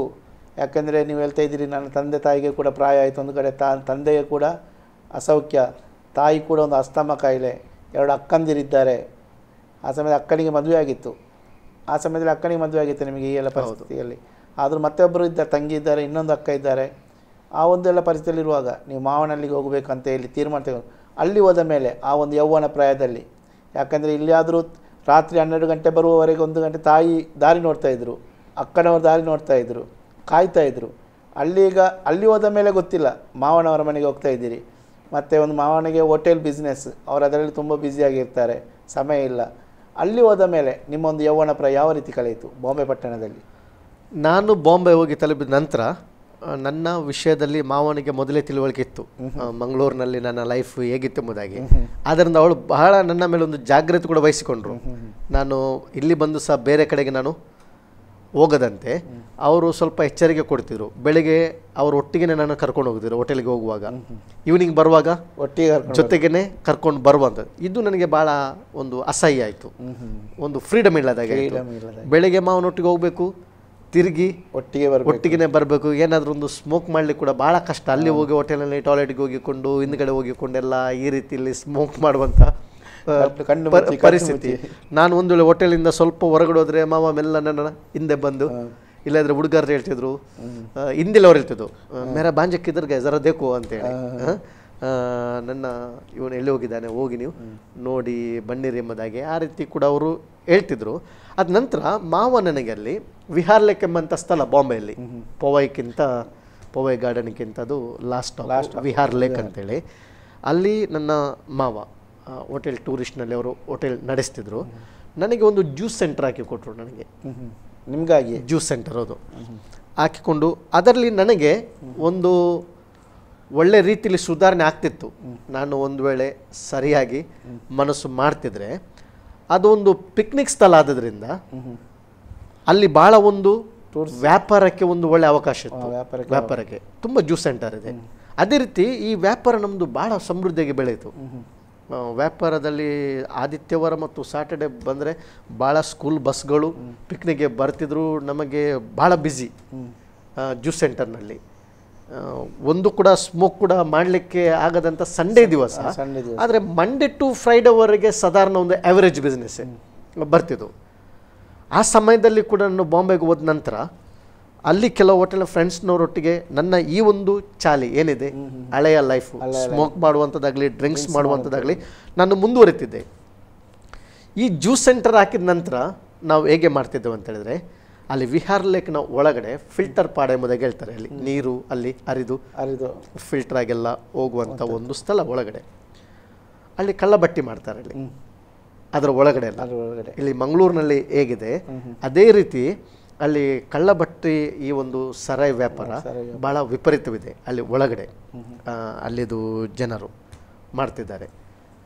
ನಾವೇನು ಮಾಡ್ತಿದ್ದು ಅಂತ ಹೇಳಿದ್ರೆ, ಈ ಬಿಸ್ನೆಸ್ ಟೈಮ್ನಲ್ಲೇ ಮಾವು ಹೋಟೆಲಲ್ಲಿ ಆಗ ಬ್ಯುಸಿ ಇರ್ತಾರೆ, ನಾವಿಲ್ಲಿ ಇರ್ತೇವೆ. ನಾವು ಮತ್ತು ನನ್ನೊಟ್ಟಿಂದ ಫ್ರೆಂಡ್ಸ್ನವರು ಅಲ್ಲಿಂದ ಬಾಟಲ್ ತರಿಸುವುದು. ಬಾಟಲ್ ತರಿಸಿಕೊಂಡು ನಾವೇನು ಮಾಡೋದಂದರೆ, ಜ್ಯೂಸ್ ಇರ್ತದೆ, ಶುಗರ್ ಕ್ಯಾನ್ ಜ್ಯೂಸು, ಕಬ್ಬು ಜ್ಯೂಸು, ಅದಕ್ಕೆ ಅರ್ಧ ಜ್ಯೂಸ್ ಹಾಕಿಕೊಂಡು ಅರ್ಧ ಇದನ್ನು ಮಿಕ್ಸ್ ಮಾಡಿಕೊಂಡು ಕುಡಿದು. ಮಾವ ಒಂದು ವೇಳೆ ನೋಡಿದ್ರು ಕೂಡ ಏನಂದರೆ ಮಾವ ಏನು ತಿಳ್ಕೊಳ್ತಾರೆ ಅಂತ ಹೇಳಿದ್ರೆ ಇದು ಜ್ಯೂಸ್ ಕುಡಿತಿದ್ದಾರೆ ಎಂಬ ರೀತಿಯಲ್ಲಿ, ಆ ರೀತಿಯಲ್ಲಿ ಅವರು ತಿಳ್ಕೊಳ್ತಿದ್ರು. ಈ ರೀತಿ ಅಲ್ಲಿ ಕೂಡ ಕಂಟಿನ್ಯೂ ಈ ಒಂದು ವಿಪರೀತವಾಯಿತು. ಒಂದು ರೀತಿಯಲ್ಲಿ ಒಂದು ಅಡಿಕ್ಷನ್ ಇದರದ ಒಂದು ಬೇಕು. ಈವ್ನಿಂಗ್ ಆಗುವಾಗ ಮತ್ತೆ ಮತ್ತೆ ನಾನು ಮಾವನ್ನು ಕೂಡ ಒಂದು ಅವರನ್ನು ಕೂಡ ಗಮನಕ್ಕೆ ಕೊಡದೆ ನಾನು ಈವ್ನಿಂಗ್ ಏನು ಮಾಡ್ತಿದ್ದೆ ಅಂತ ಹೇಳಿದ್ರೆ, ನನ್ನದು ಬೇಗ ಏನು 7 o'clockಗೆಲ್ಲ ನಮ್ಮದು ಬಿಸ್ನೆಸ್ ಆದ ನಂತರ ಕ್ಲೋಸ್ ಮಾಡಿಕೊಂಡು ನಾವು ಹೋಗಿಕೊಂಡು ದೇಶಿ ಬಾರಿದಲ್ಲಿ ದೇಶಿ ಬಾರಿದೆ ಅಲ್ಲಿ ಕೂತ್ಕೊಂಡು ಕುಡಿದು 9:30 ಗಂಟೆ ತನಕ ಮಾಡ್ತಿದ್ದೆ. ನಂತರ ಮಾವನಿಗೆ ಗೊತ್ತಾಯಿತು ಈ ರೀತಿ ಕಂಟಿನ್ಯೂ ಕೇಳುವುದು, ಅವನು ಅರ್ಥ ಮಾಡಿಕೊಳ್ಳೋದಿಲ್ಲ, ಬುದ್ಧಿವಾದ ಹೇಳಿದರೂ ಕೂಡ ನಾನು ಅರ್ಥ ಮಾಡಿಕೊಳ್ತೇನೆ ಎಂಬುದಾಗಿ ಮಾವನಿಗೂ ಗೊತ್ತಾಯಿತು. ಆದ ನಂತರ ಅಲ್ಲಿಂದ ನಂತರ ಈ ಲೇಡೀಸ್ ಬಾರ್ಗಳೆಲ್ಲ ಬಾಂಬೆಯಲ್ಲಿ ಅಲ್ಲಿ ಹೋಗ್ಲಿಕ್ಕೂ ಕೂಡ ಆರಂಭವಾಯಿತು. ಆರಂಭ ನಂತರ ಪದೇ ನನಗೆ ನನ್ನ ಮಂಗಳೂರಿಗೆ ಕೂಡ ಬರಬೇಕು, ಕೋರ್ಟ್ನಲ್ಲಿ ಕೇಸ್ ನಡೀತಿದೆ. ಆ ಮಧ್ಯದಲ್ಲಿ ನಾನು 2 ತಿಂಗಳಿಗೊಮ್ಮೆ 3 ತಿಂಗಳಿಗೊಮ್ಮೆ ನನ್ನ ಕೇಸ್ ಡೇಟ್ ಯಾವಾಗ ಬರ್ತದೆ ಆ ಟೈಮ್ನಲ್ಲಿ ನಾನು ಮಂಗಳೂರಿಗೆ ಮಂಗಳೂರು ಬಂದ ನಂತರ 1 ತಿಂಗಳ ತನಕ ರಿಟರ್ನ್ ಹೋಗ್ಲಿಕ್ಕಿಲ್ಲ. ಮಾವೋದಲ್ಲಿ ಯಾರಾದರೂ ಅಲ್ಲಿ ಮತ್ತೆ ಜನ ಇಟ್ಟು ಬಿಸ್ನೆಸ್ ನೋಡಲಿಕ್ಕೆ ನನ್ನನ್ನು ಕಾಲ್ ಮಾಡೋದು ನಾನೇನು ಮಾಡ್ತಿದ್ದೆ ಅಂದರೆ, ನಾಳೆ ಬರ್ತೇನೆ, ಇವತ್ತು ಬರ್ತೇನೆ ಎಂಬುದಾಗಿ ಆ ರೀತಿಯಲ್ಲಿ ದಿನವನ್ನು ಮುಂದೂಡಿದ್ದು.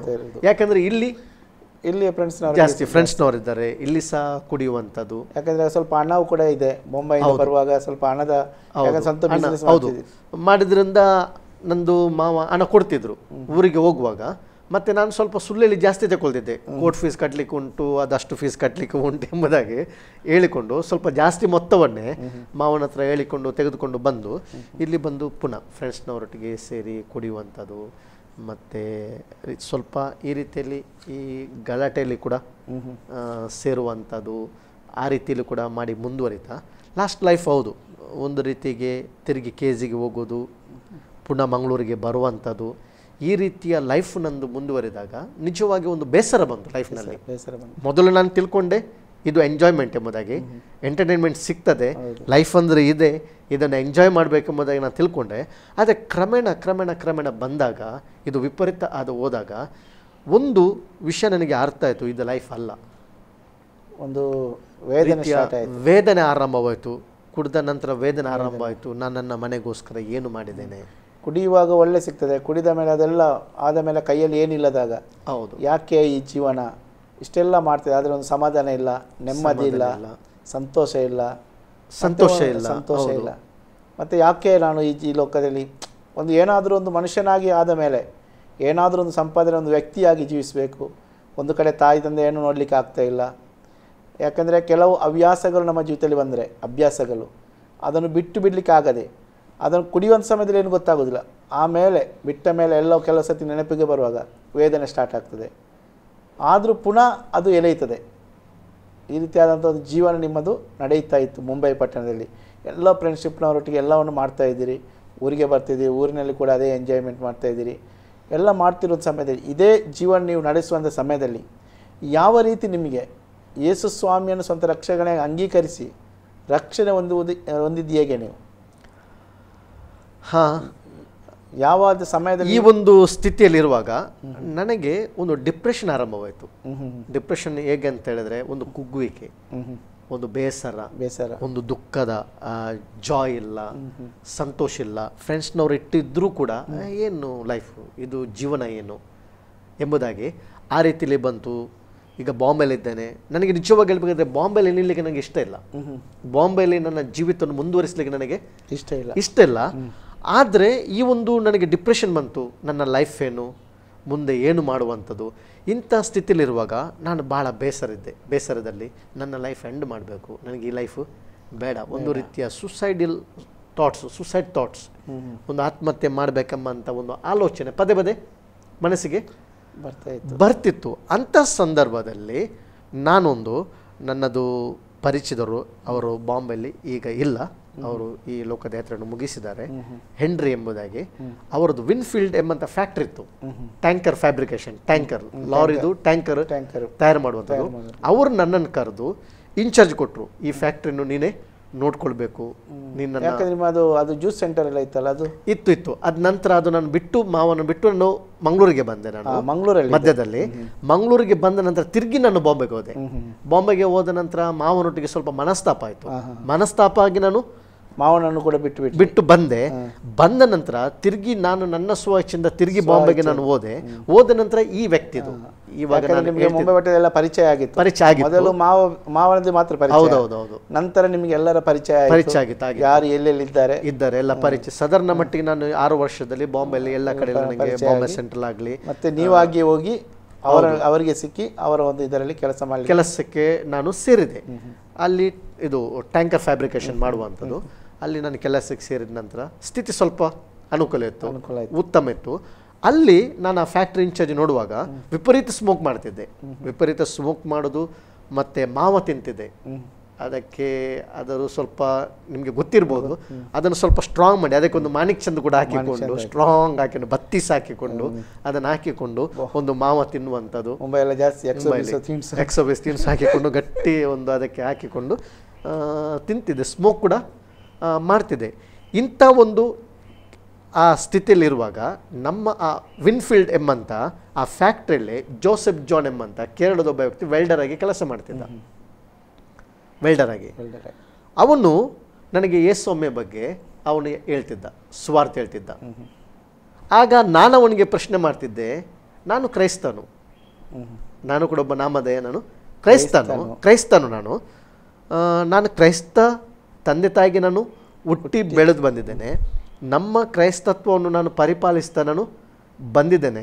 ಅದರಲ್ಲಿ ಆಸಕ್ತಿಯಿಂದ ಅದನ್ನು ನಾನೇನು ಮಾಡ್ತೇನೆ, ನಾನು ಫಾಲೋ ಮಾಡ್ತೇನೆ. ಕುಟುಂಬ ಪ್ರಾರ್ಥನೆ ಆಗಲಿ ನಮ್ಮದು, ಅದರಲ್ಲಿ ನಾನು ಈ ರೀತಿ ಮಾಡಿದರೂ ಕೂಡ ಒಂದು ಕಡೆಯಲ್ಲಿ ಆದಿತ್ಯವಾರ ಆರಾಧನೆಗೆ ಹೋಗುವಂಥದ್ದು, ಕುಟುಂಬ ಪ್ರಾರ್ಥನೆಯಲ್ಲಿ ಸೇರುವಂಥದ್ದು ತಪ್ಪಿದ್ರೂ ಕೂಡ ಸೇರಿಕೊಂಡು ಮಾಡುವಂಥದ್ದು ಮಾಡ್ತಿದ್ದೆ. ನಾನು ಹೇಳ್ತಿದ್ದೆ, ನನಗೆ ಇದರ ಅವಶ್ಯಕತೆ ಇಲ್ಲ, ನಾನು ಕ್ರೈಸ್ತ ಕುಟುಂಬದಲ್ಲಿ ನಾನು ಹುಟ್ಟಿ ಬೆಳೆದನು ಎಂಬುದಾಗಿ ಹೇಳಿದೆ. ಆ ರೀತಿ ಹೇಳುವಾಗ ಆ ವ್ಯಕ್ತಿ ಒಂದು ಮಾತು ಹೇಳಿದ್ರು, ನೀನು ಕ್ರೈಸ್ತ ಕುಟುಂಬದಲ್ಲಿ ಹುಟ್ಟಿ ಬೆಳೆದಿದೆ, ನಿನ್ನ ಸಾಕ್ಷಿ ಏನು? ಕೈಯಲ್ಲಿ ಯಾವಾಗಲೂ ಸಿಗರೇಟ್ ಇರ್ತದೆ, ಬಾಯಲ್ಲಿ ಯಾವಾಗಲೂ ನಿಂದು ಮಾವ ಇರ್ತದೆ. ನಿನಗೆ ಗೊತ್ತಿದ್ದ ನಿಜವಾದ ಒಬ್ಬ ಕ್ರೈಸ್ತನು ಯಾರಂತ ಹೇಳಿದರೆ ಅವನು ದೇವರ ಆಲಯವಾಗಿದ್ದಾನೆ ಎಂಬುದಾಗಿ ಹೇಳಿದ್ರು ಅವರು. ನನಗೆ ಅದರ ಬಗ್ಗೆನೂ ಗೊತ್ತಿಲ್ಲ, ದೇವರ ಆಲಯ ಅಂದರೆ ಏನೆಂಬುದಾಗಿ. ಅವನು ಹೇಳುವಂಥ ಮಾತಿನ ಅರ್ಥ ತಾತ್ಪರ್ಯ ಏನಂತೇಳಿ ನನಗೆ ಗೊತ್ತಿರಲಿಲ್ಲ. 2ನೇ ದಿವಸ ಕೂಡ ಅವನು ದೇವರ ಬಗ್ಗೆ ನನ್ನೊಟ್ಟಿಗೆ ಮಾತಾಡುವಾಗ ನನ್ನ ಹತ್ರ ಒಂದು ಪ್ರಶ್ನೆ ಕೇಳಿದ. ಒಂದು ವೇಳೆ ಇವತ್ತು ನೀವು ಈ ಲೋಕವನ್ನು ಬಿಟ್ಟರೆ ನೀವು ಎಲ್ಲಿಗೆ ಹೋಗ್ತೀರಿ ಎಂಬುದಾಗಿ ನಿಮಗೆ ತಿಳುವಳಿಕೆ ಇದೆ ಎಂಬುದಾಗಿ ಕೇಳಿದರು. ನಾನದು ಮತ್ತೆ ನೋಡುವ ಎಂಬುದಾಗಿ ಹೇಳಿದೆ. ನಾನು ಸಾಯುವರ್ಷದಿ ಈಗ ನಾನು ಯವನಸ್ಥ, ಬದುಕಲಿ ತುಂಬ ವರ್ಷ ಉಂಟು ಮಾರಾಯ. ನಾನು ಹೇಳಿದೆ ಅದರ ಬಗ್ಗೆ ಈಗ ಯಾಕೆ ಚಿಂತೆ, ಅದು ಪ್ರಶ್ನೆ ಮತ್ತೆ ಅಲ್ವಾ, ಅದು ಮತ್ತೆ ನೋಡುವ ಅಂತ ಹೇಳಿದೆ ನಾನು. ಆಗ ತಿರುಗಿ ಅವರು ನನಗೆ ಒಂದು ಮಾತು ಹೇಳಿದ್ರು, ಸರಿ ಕೂತ್ಕೊಂಡು ಆಲೋಚನೆ ಮಾಡಿ ಎಂಬುದಾಗಿ ಹೇಳಿದರು. ನಾನು ಆಯ್ತು ಎಂಬುದಾಗಿ ಹೇಳಿದೆ ನಾನು ಅವರಿಗೆ. ಆ ದಿವಸ ಏನಾಯ್ತು ಅಂತ ಹೇಳಿದ್ರೆ, ನನಗೆ ಒಂದು ಶಾಪ್ಗೆ ಹೋಗಬೇಕಿತ್ತು, ಈ ನಮ್ಮ ಫ್ಯಾಕ್ಟ್ರಿಗೆ ಸಂಬಂಧಪಟ್ಟ ಕೆಲವು ಮೆಟೀರಿಯಲ್ಸ್ ತೆಗೊಳ್ಳಿಕ್ಕೆ. ನಾನಲ್ಲಿ ಬೇಲ್ ಬಜಾರ್ ಎಂಬಂಥ ಸ್ಥಳದಲ್ಲಿ ಬಾಂಬೆಯಲ್ಲಿ ನಾನು ಆ ಲಿಸ್ಟ್ ಕೊಟ್ಟೆ ಅಂಗಡಿಯವನಿಗೆ, ನನ್ನದು ಐಟಮ್ ತೆಗಿಲಿಕ್ಕೆ. ಸ್ವಲ್ಪ ರಶ್ ಇತ್ತು. ಆ ಲಿಸ್ಟ್ ಕೊಡುವಾಗ ನನ್ನ ಮನಸ್ಸಿನಲ್ಲಿ, ನನ್ನ ಕಿವಿಯಲ್ಲಿ ರಿವೈಂಡ್ ಆಗ್ತದೆ. ಒಂದು ಕ್ಯಾಸೆಟ್ ಹಾಕಿದ್ರೆಗೆ ಪದೇ ರಿವೈಂಡ್ ಆಗ್ತದೆ, ನೀನು ಸತ್ರೆ ಎಲ್ಲಿ ಹೋಗ್ತಿ, ನೀನು ಸತ್ರೆ ಎಲ್ಲಿ ಹೋಗ್ತಿ ಎಂಬಂತ ಹೇಳಿದಂಥ ಒಂದು ಮಾತು ನನ್ನ ಕಿವಿಯಲ್ಲಿ ರಿವೈಂಡ್ ಆಗ್ತದೆ.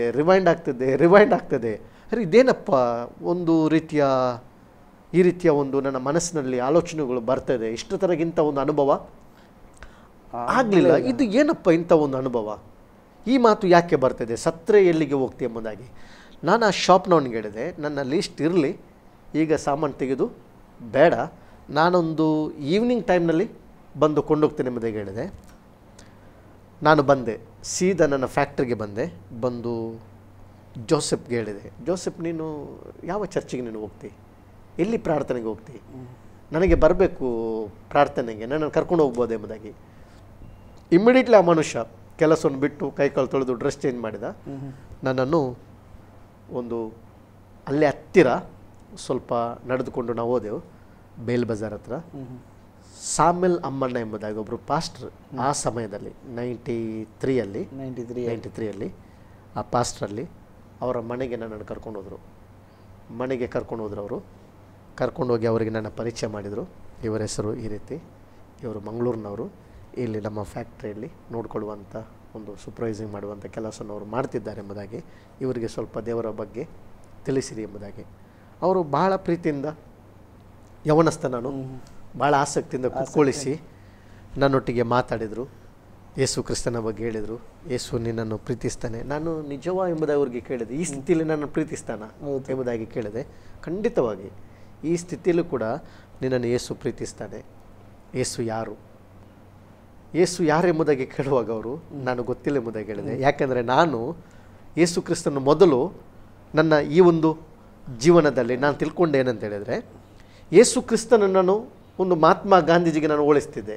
ಮಹಾತ್ಮ ಗಾಂಧೀಜಿ ಒಳ್ಳೆ ಸೋಷಿಯಲ್ ಒಳ್ಳೆ ವ್ಯಕ್ತಿ.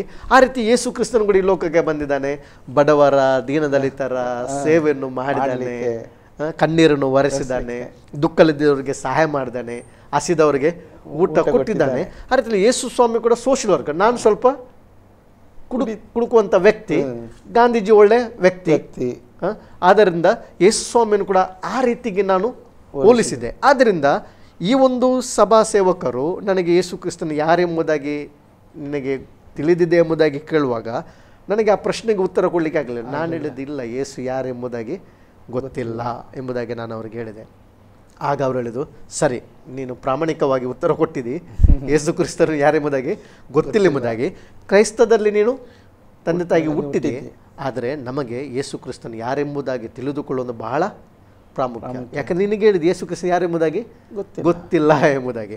ಆದ್ದರಿಂದ ಅವರು ಯೇಸು ಕ್ರಿಸ್ತನು ಯಾರು, ಯೇಸು ಕ್ರಿಸ್ತನು ಈ ಲೋಕಕ್ಕೆ ಬಂದಿದ್ದಾನೆ ಯಾಕೆ ಎಂಬುದಾಗಿ ಸ್ಪಷ್ಟವಾಗಿ ಒಂದು ಅರ್ಧ ತಾಸು ನನಗೆ ಅವರು ಸ್ಪಷ್ಟವಾಗಿ ಅಂತೇಳಿದರೆ ಯೇಸು ಕ್ರಿಸ್ತನು ಯಾಕೆ ಈ ಲೋಕಕ್ಕೆ ಬಂದಿದ್ದಾನೆ, ಆತನು ಯಾರು ಎಂಬುದಾಗಿ ಸ್ಪಷ್ಟವಾಗಿ ತಿಳಿಸುವಾಗ ನನಗೆ ಗೊತ್ತಿಲ್ಲದ ರೀತಿಯಲ್ಲಿ ನನ್ನ ಕಣ್ಣಿನಿಂದ ನೀರು ಸುರಿಸಲಿಕ್ಕೆ ಆರಂಭವಾಯಿತು. ನನ್ನ ಕಣ್ಣಿನಿಂದ ನೀರು, ಆತನ ಪ್ರೀತಿಯನ್ನು ಹಂಚುವಾಗ, ಅವರು ಕ್ರಿಸ್ತನ ಪ್ರೀತಿಯನ್ನು ಶೇರ್ ಮಾಡುವಾಗ ನನ್ನಲ್ಲಿ ಒಂದು ರೀತಿಯ ಸಮಥಿಂಗ್, ಒಂದು ರೀತಿಯ ಒಂದು ಬದಲಾವಣೆ, ಒಂದು ಕಂಫರ್ಟ್, ಒಂದು ಸಂತೈಸುವಿಕೆ, ಒಂದು ರೀತಿಯ ಆದರಣೆ ಬರುವಂಥದ್ದು ನಾನು ಅನುಭವಿಸುವುದನ್ನು ನಾನು ಫೀಲ್ ಮಾಡ್ತಿದ್ದೆ.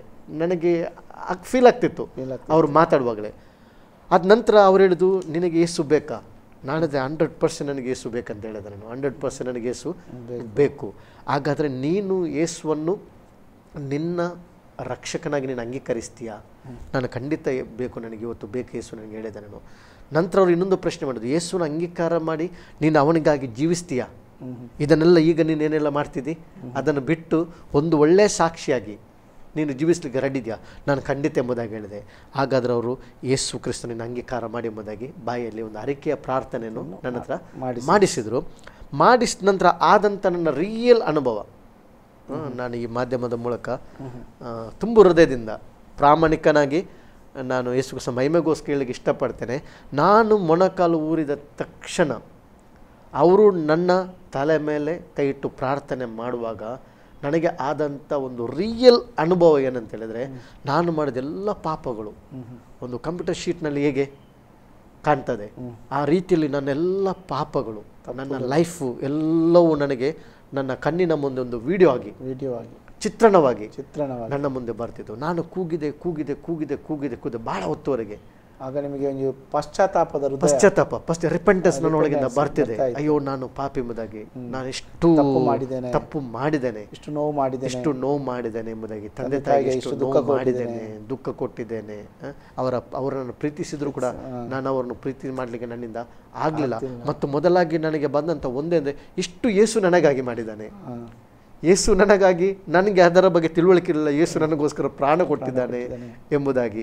ಇದು ನನ್ನ ಪಾಪದ ಪ್ರಾಯಶ್ಚಿತ್ತ, ಇದು ನನ್ನ ಪಾಪದ ಶಿಕ್ಷೆ ಶಿಲುಬೆಯಲ್ಲಿ ಯೇಸುವಿಗೆ ಎಂಬುದಾಗಿ ನನಗೆ ಆ ಒಂದು ಅವರು ಸುವಾರ್ತೆ ಹೇಳುವಂಥ ಸಮಯದಲ್ಲಿ ನನಗೆ ನನ್ನ ಇಮೋಷನ್ ಆಗಲಿ, ನನ್ನ ದುಃಖ ನನಗೆ ಕಂಟ್ರೋಲ್ ಮಾಡಲಿಕ್ಕೆ ಆಗಲಿಲ್ಲ.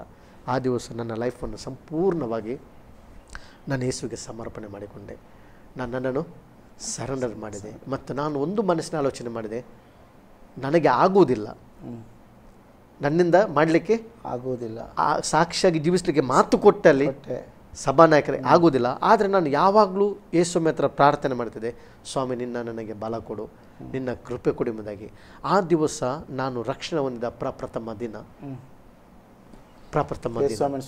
ಸ್ವಂತ ರಕ್ಷಕನಾಗಿ ಅಂಗೀಕರಿಸಿದಂಥ ದಿನ ಮತ್ತು ನನ್ನ ಲೈಫ್ನ ಒಂದು ತಿರುವು, ಒಂದು ಟರ್ನಿಂಗ್ ಪಾಯಿಂಟ್ ನನ್ನ ಲೈಫ್ನಲ್ಲಿ.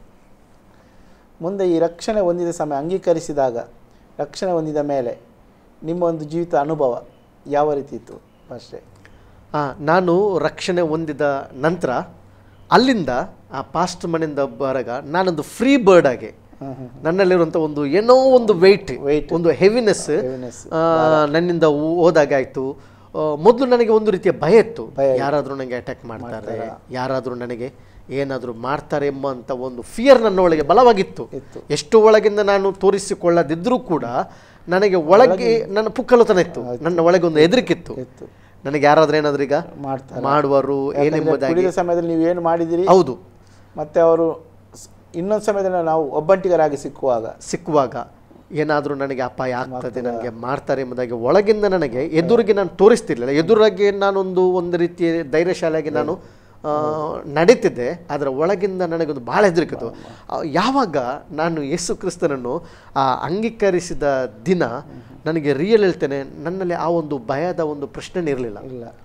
ನಾನು ಹೀಗೆ ತಿಳ್ಕೊಂಡೆ, ಇವತ್ತು ಸರಿ, ಈಗ ನನ್ನ ಸತ್ರು ಕೂಡ ನಾನು ಪರವಾಗಿಲ್ಲ, ನನಗೆ ಒಂದು ನಿತ್ಯ ಜೀವ ಮತ್ತು ಪರಲೋಕ ರಾಜ್ಯ ನನಗೆ ಸಿಕ್ಕಿತು ಎಂಬಂತ ಕೂಡ ಮನಸ್ಸಿನಲ್ಲಿ ಒಂದು ಭದ್ರತೆ ಇತ್ತು, ನನಗೆ ಭದ್ರತೆ ಇತ್ತು. ಆ ರೀತಿಯಲ್ಲಿ ನಾನು ಅಲ್ಲಿಂದ ಮನೆಯಿಂದ ಹೊರಗೆ ಬರುವಾಗ ರಿಯಲ್ ನಾನು ಹೇಳ್ಬೇಕಾದ್ರೆ ರಸ್ತೆಯಲ್ಲಿ ನಾನು ನಡು ರಸ್ತೆಯಲ್ಲಿ ಹೋಗ್ತಿದ್ದೇನೆ. ನಡು ರಸ್ತೆಯಲ್ಲಿ ಕೆಲವರು ಟ್ಯಾಕ್ಸರು ಹಾರ್ನ್ ಆಗ್ತಿದ್ದಾರೆ. ನನಗೊಂದು ಫ್ರೀಡಮ್, ನನ್ನಲ್ಲಿ ಯಾವ ರೀತಿಯ ಒಂದು ಭಯವಿಲ್ಲ, ಒಂದು ದುಃಖ ಇಲ್ಲ, ನನಗೆ ಒಂದು ಸಂತೋಷ ಅಂತ ಹೇಳಿದ್ರೆ ದಾವೀದ ಹೇಳ್ತೇನೆ, ರಕ್ಷಣೆ ಆನಂದ ಎಂಬುದಾಗಿ, ರಕ್ಷಣದ ಆ ಒಂದು ರಿಯಲ್ ಎಕ್ಸ್ಪೀರಿಯನ್ಸ್. ಅಥವಾ ಭಕ್ತನಾದ ದಾವೀದ ಹೇಳುವಾಗೆ, taste and see that the Lord is good, ಯೆಹೋವನು ಸರ್ವೋತ್ತಮನೆಂಬುದಾಗಿ ಅನುಭವದಿಂದ ಸವಿದು ನೋಡಿರಿ ಎಂಬಂತ ಆ ರಿಯಲ್ ಎಕ್ಸ್ಪೀರಿಯನ್ಸ್ ನನಗೆ ಆ ಟೈಮ್ನಲ್ಲಿ ಆಯಿತು. ಆದ ನಂತರ ನಾನು ಆ ಸಮಯದಲ್ಲಿ ಫೋನ್ ಇಲ್ಲ, ಲ್ಯಾಂಡ್ ಫೋನ್ ಇಲ್ಲ, ನಾನು ಪೋಸ್ಟ್ ಆಫೀಸಿಗೆ ಹೋದೆ. ಪೋಸ್ಟ್ ಆಫೀಸ್ಗೆ ಹೋಗಿಕೊಂಡು 25 ಇನ್ಲ್ಯಾಂಡ್ ಲೆಟರ್ ತಗೊಂಡೆ. ನಾನು 25 ಇನ್ಲ್ಯಾಂಡ್ ಲೆಟರ್ ತೆಗೆದುಕೊಂಡು ನನ್ನ ತಾಯಿಗೆ, ನನ್ನ ತಂದೆಗೆ, ನನ್ನ ಚಿಕ್ಕಪ್ಪ, ನನ್ನ ಫ್ರೆಂಡ್ಸ್ನವ್ರಿಗೆ ನಾನು ಯಾರಿಗೆಲ್ಲ ಅನ್ಯಾಯ ಮಾಡಿದ್ದೇನೆ, ಯಾರಿಗೆಲ್ಲ ನನ್ನಿಂದ ದುಃಖ ಆಗಿದೆ, ಯಾರೊಟ್ಟಿಗೆ ನನಗೆ ಸಂಬಂಧ ಸರಿ ಇರಲಿಲ್ಲ, ಅವ್ರಿಗೆಲ್ಲರಿಗೆ ನಾನು ಏನು ಮಾಡಿದೆ ಅಂತ ಹೇಳಿದ್ರೆ ಲೆಟ್ರ್ ಬರೆದೆ, ನಾನು ಈಗ ಬದಲಾಗಿದ್ದೇನೆ, ನಾನು ಚೇಂಜ್ ಆಗಿದ್ದೇನೆ, ನಾನು ಮುಂಬೈಯಲ್ಲಿ ನಾನೊಂದು ಪ್ರಾರ್ಥನೆ ಕೂಟಕ್ಕೆ ಹೋಗ್ತಿದ್ದೇನೆ, ಆದ್ದರಿಂದ ನಾನು ತಿಳುವಳಿಕಿಲ್ಲದ ಒಂದು ಸಮಯದಲ್ಲಿ ನಾನು ನಿಮಗೆ ವಿರುದ್ಧವಾಗಿ ತಪ್ಪು ಮಾಡಿದ್ದೇನೆ, ನಾನು ಪಾಪ ಮಾಡಿದ್ದೇನೆ, ಆದ್ದರಿಂದ ದಯವಿಟ್ಟು ನನ್ನನ್ನು ಕ್ಷಮಿಸಿರಿ, ಏನು ಬೇಸರ ಇಟ್ಕೊಳ್ಬಿಡಿರಿ, ನನ್ನ ಒಂದು ದೀನತೆಯಿಂದ ನಿಮ್ಮ ಹತ್ರ ನಾನು ಕ್ಷಮೆಯನ್ನು ಕೇಳ್ತೇನೆ ಎಂಬುದಾಗಿ ಎಲ್ಲರಿಗೆ ನಾನು ಏನು ಮಾಡಿದೆ ಅಂತ ಹೇಳಿದರೆ ಪತ್ರ ಬರೆದೆ. ಪತ್ರ ಬರುವಾಗ ನನ್ನ ಮನೆಯಿಂದ ನನಗೆ ಪತ್ರದ್ದು ಉತ್ತರ ಬಂತೇನೆಂದರೆ ಅವರಿಗೆ ಭಾಳ ಸಂತೋಷ ಆಯಿತು. ಅವರಿಗೆ ಭಾಳ ಸಂತೋಷ ಆಯ್ತು ಅಂದರೆ ಎಲ್ಲಿ ಹೋಗ್ತಿದ್ದೇನೆ, ಯಾವ ಪ್ರಾರ್ಥನೆ ಕೂಟಕ್ಕೆ ಹೋಗ್ತೇನೆ ಎಂಬಂಥ ವಿಷಯ ಅವರಿಗೆ ಗೊತ್ತಿಲ್ಲ. ಆದರೂ ಕೂಡ ಅವರಿಗೆ ನಾನೊಂದು ಲೈಫ್ ಬದಲಾಯಿತು, ಚೇಂಜ್ ಆಗಿದೆ, ನನ್ನ ಲೈಫ್ ಬದಲಾಗಿದೆ. ಹಾಗೆ ನಾನು ಆ ಲೆಟ್ರ್ನಲ್ಲಿ ಬರೆದಿದ್ರು, ಹೋಗು ನಿನ್ನಲ್ಲಿ ಪ್ರಾರ್ಥನೆಗೆ ಹೋಗು, ಪ್ರಾರ್ಥನೆ ತುಂಬ ಒಳ್ಳೆಯದು, ಪ್ರಾರ್ಥನೆ ಬೇಕೆಂಬುದಾಗಿ ಹೇಳಿದರು. ಆದ ನಂತರ ನನ್ನ ಲೈಫ್ ಚೇಂಜ್ ಆಯಿತು.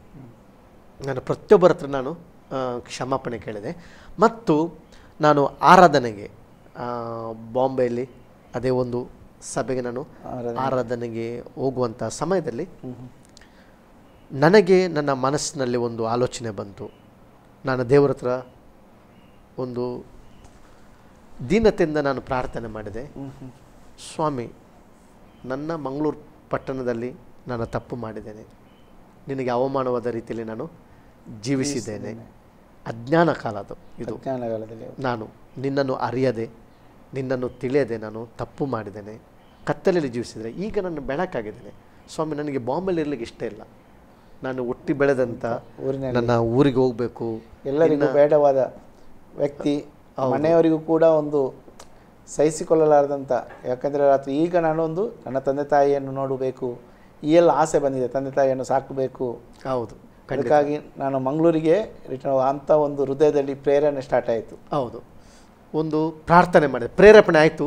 ನಾನು ನನ್ನ ಊರಿಗೆ ನಾನು ಹೋಗಬೇಕು, ಮಂಗಳೂರು ಪಟ್ಟಣದಲ್ಲಿ ಹೋಗಬೇಕು. ಮತ್ತು ಭಾಳ ಒಂದು ಏನಂತಿರೋದು ಆಸೆ, ಒಂದು ಬರ್ಡನ್, ಕರ್ತನ ಸೇವೆಯನ್ನು ಮಾಡಬೇಕು. ಇಷ್ಟು ವರ್ಷ ನಾನು ಲೋಕದ ರೀತಿಯಲ್ಲಿ ನಾನು ಜೀವಿಸಿದೆ, ಪ್ರಯೋಜನವಿಲ್ಲದಂಥ ಜೀವಿತವನ್ನು ನಾನು ಯಾರಿಗೂ ಕೂಡ ಉಪಕಾರ ಆಗಲಿಲ್ಲ ನನ್ನಿಂದ. ಆದ್ದರಿಂದ ಇನ್ನು ಮುಂದಿನ ನನ್ನ ಒಂದು ಜೀವಿತ ಸ್ವಾಮಿ ನನ್ನ ಪಟ್ಟಣಕ್ಕೆ ಹೋಗಬೇಕು, ಎಲ್ಲಿ ಅವಮಾನವಾದ ರೀತಿಯಲ್ಲಿ ನಿನಗೆ ಜೀವಿಸಿನೆ ಅಲ್ಲಿ ನಿನಗೆ ಮಾನ ತರುವಂಥ ರೀತಿಯಲ್ಲಿ, ನಿನ್ನನ್ನೊಂದು ಗೌರವಿಸುವಂಥ ರೀತಿಯಲ್ಲಿ ನಾನು ಜೀವಿಸಬೇಕು, ನಿನ್ನ ಸಾಕ್ಷಿಯಾಗಿ ಜೀವಿಸಬೇಕು ಮತ್ತು ನಿಮ್ಮ ಸೇವೆಯನ್ನು ಮಾಡಬೇಕೆಂಬುದಾಗಿ ನಾನು ಹೃದಯಪೂರ್ವಕವಾಗಿ ನನ್ನ ದೇವರ ಹತ್ರ ಪ್ರಾರ್ಥನೆ ಮಾಡಿದೆ. ಪ್ರಾರ್ಥನೆ ಮಾಡಿದ ಒಂದು 2-3 ವಾರಗಳಲ್ಲಿ ನಾನಲ್ಲಿ ಕೆಲಸ ಮಾಡ್ತಿರೋಂಥ ಫ್ಯಾಕ್ಟ್ರಿ ಅದು ತನ್ನಷ್ಟಿಗೆ ಕ್ಲೋಸ್ ಆಯಿತು. ಅದು ಕ್ಲೋಸ್ ಆಯಿತು, ಸ್ವಲ್ಪ ಅದು ಕೂಡ ಲಾಸ್ನಲ್ಲಿತ್ತು, ಅದು ಕಂಪ್ಲೀಟ್ ಕ್ಲೋಸ್ ಆಯಿತು. ಆದರೆ ನನಗೆ ಬೇರೆ ಕಡೆ ಇನ್ನೂ ಹೋಗಿ ಕೆಲಸ ಮಾಡುವಂಥ ಒಂದು ಆಸಕ್ತಿ ಇರಲಿಲ್ಲ. ಆದ್ದರಿಂದ ನಾನು ತಿರುಗಿ ಮಂಗಳೂರು ಬಂದೆ. ನೀವು ಬಾಂಬೆ ಪಟ್ಟಣವನ್ನು ಬಿಟ್ಟು ಕಂಪ್ಲೀಟ್ ಸಂಪೂರ್ಣವಾಗಿ ಬಿಟ್ಟು ನಾನು ಇನ್ನೂ ಬಾಂಬೆ ನನಗೆ ಬೇಡ, ನಾನು ಮಂಗಳೂರಿನಲ್ಲೇ ನೆಲೆಸಬೇಕು, ಮಂಗಳೂರಿನಲ್ಲೇ ಮುಂದಿನ ನನ್ನ ಜೀವಿತ ಜೀವಿಸಬೇಕೆಂಬ ಒಂದು ದೃಢ ತೀರ್ಮಾನದೊಂದಿಗೆ ಪಾಸ್ಟರ್ ಹತ್ರ ಹೋಗಿ ಪ್ರಾರ್ಥನೆ ಮಾಡಿಸಿ, ಪಾಸ್ಟರ್ ಹೇಳಿದರು, ನೀನು ಎಲ್ಲಿದ್ದರೂ ಕೂಡ ಕ್ರಿಸ್ತನನ್ನು ಗಟ್ಟಿ ನೀನು ಹಿಡಿದುಕೋ, ಆತನನ್ನು ಹಿಂಬಾಲಿಸು, ಆತನನ್ನು ಫಾಲೋ ಮಾಡು, ಆತ ನಿನ್ನ ಜೊತೆಗಿದ್ದಾನೆ, ನಿನ್ನನ್ನು ಎಂದಿಗೂ ಆತನ ಕೈ ಬಿಡುವುದಿಲ್ಲೆಂಬ ಅಂತ ಒಂದು ವಾಗ್ದಾನದ ಮೇರೆಗೆ ಅವರನ್ನು ಪ್ರಾರ್ಥನಾ ಪೂರ್ವಕವಾಗಿ ಮಂಗಳೂರಿಗೆ ನಾನು ಕಳಿಸಿಕೊಟ್ರು. ಮತ್ತು ಮಂಗಳೂರಿನಲ್ಲಿ ಇಲ್ಲಿ ಒಂದು ಸಭೆಯನ್ನು ಕೂಡ ಅವರು ಪರಿಚಯ ಮಾಡಿಕೊಟ್ರು. ಪೆನೆಲ್ ಮಿನಿಸ್ಟ್ರಿ, ಪಾಸ್ಟರ್ ವಿಜಯ್ ಬ್ಯಾಟಿ. ನಾವು ಭಾಳ ಇವತ್ತಿಗೂ ಕೂಡ ನಮ್ಮ ಸಂಬಂಧ ಭಾಳ ಉತ್ತಮ ಸಂಬಂಧ ಇದೆ. ಮತ್ತು ಇವತ್ತು ಕೂಡ ನಾನು ಬೇರೆ ಬೇರೆ ವಿಂಗ್ನಲ್ಲಿ ಬೇರೆ ಬೇರೆ ಸೇವೆಗಳಲ್ಲಿ ನಾವು ಜೊತೆಯಾಗಿ ನಾವು ಸೇವೆ ಮಾಡಿ ಈಗಲೂ ಕೂಡ ನಾವು ಜೊತೆಗಿದ್ದೇವೆ. ಬೇರೆ ಬೇರೆ ಫಾರ್ ಎಕ್ಸಾಂಪಲ್ NPCT ಇದೆ, UCPI ಇದೆ, ಅಂಥ ಒಂದು ಸೇವೆಗಳಲ್ಲಿ ನಾವು ಜೊತೆಗೆ ಇವತ್ತು ಕೂಡ ನಾವು ಸೇವೆ ಮಾಡ್ತಿದ್ದೇವೆ. ಬಂದು ಅವರ ಸಭೆಯಲ್ಲಿ ನಾನು ಕರ್ತನನ್ನು ಆರಾಧನೆ ಮಾಡಲಿಕ್ಕೆ ಆರಂಭ ಮಾಡಿದೆ. ಮತ್ತು ಅಲ್ಲಿ ನನ್ನ ಸೇವೆ ಇನ್ನೆಚ್ಚಾಗಿ ಪರಿಣಾಮಕಾರಿಯಾಗಿ ಈ ಮಂಗಳೂರು ಪಟ್ಟಣದಲ್ಲಿ ಸೇವೆ ಬೆಳೀಲಿಕ್ಕೆ ಆರಂಭವಾಯಿತು.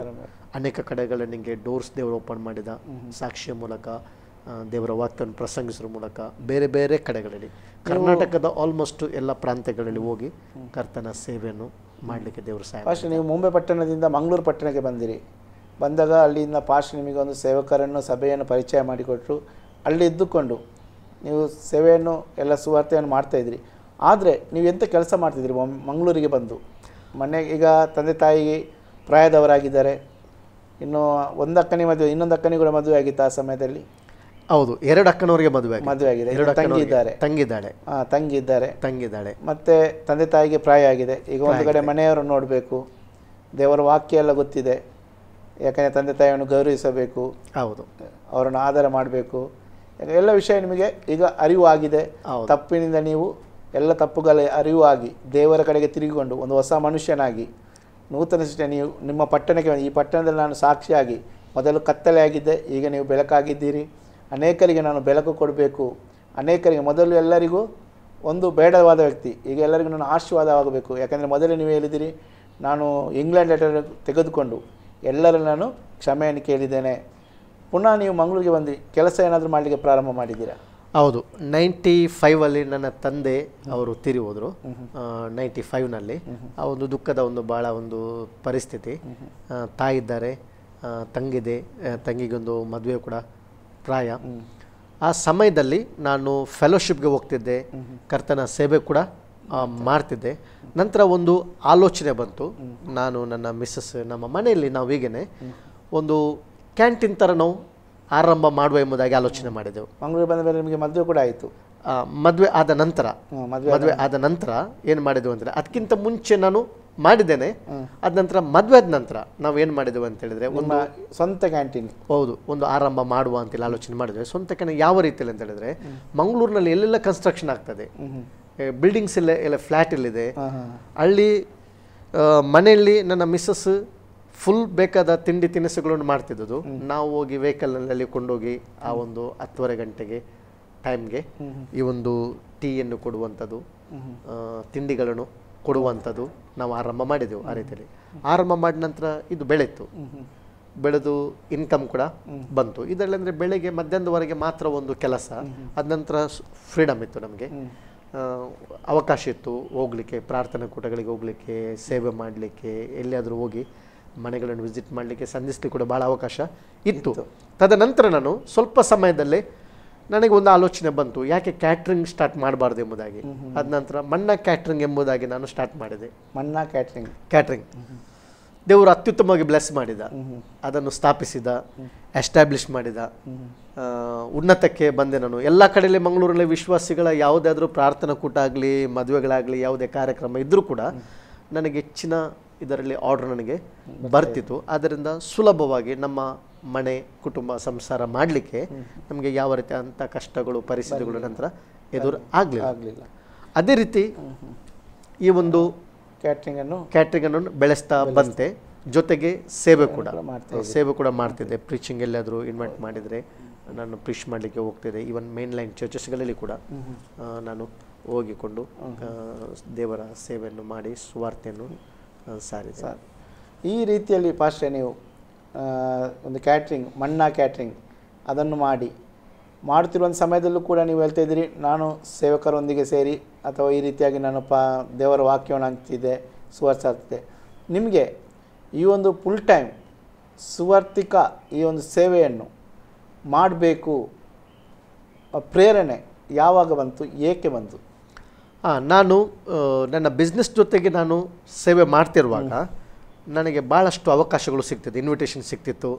ಎಲ್ಲ ಬೇರೆ ಬೇರೆ ಸ್ಥಳಗಳಿಗೆ ನನ್ನನ್ನು ಕರಿತಿದ್ರು ಸೇವೆಗಾಗಿ.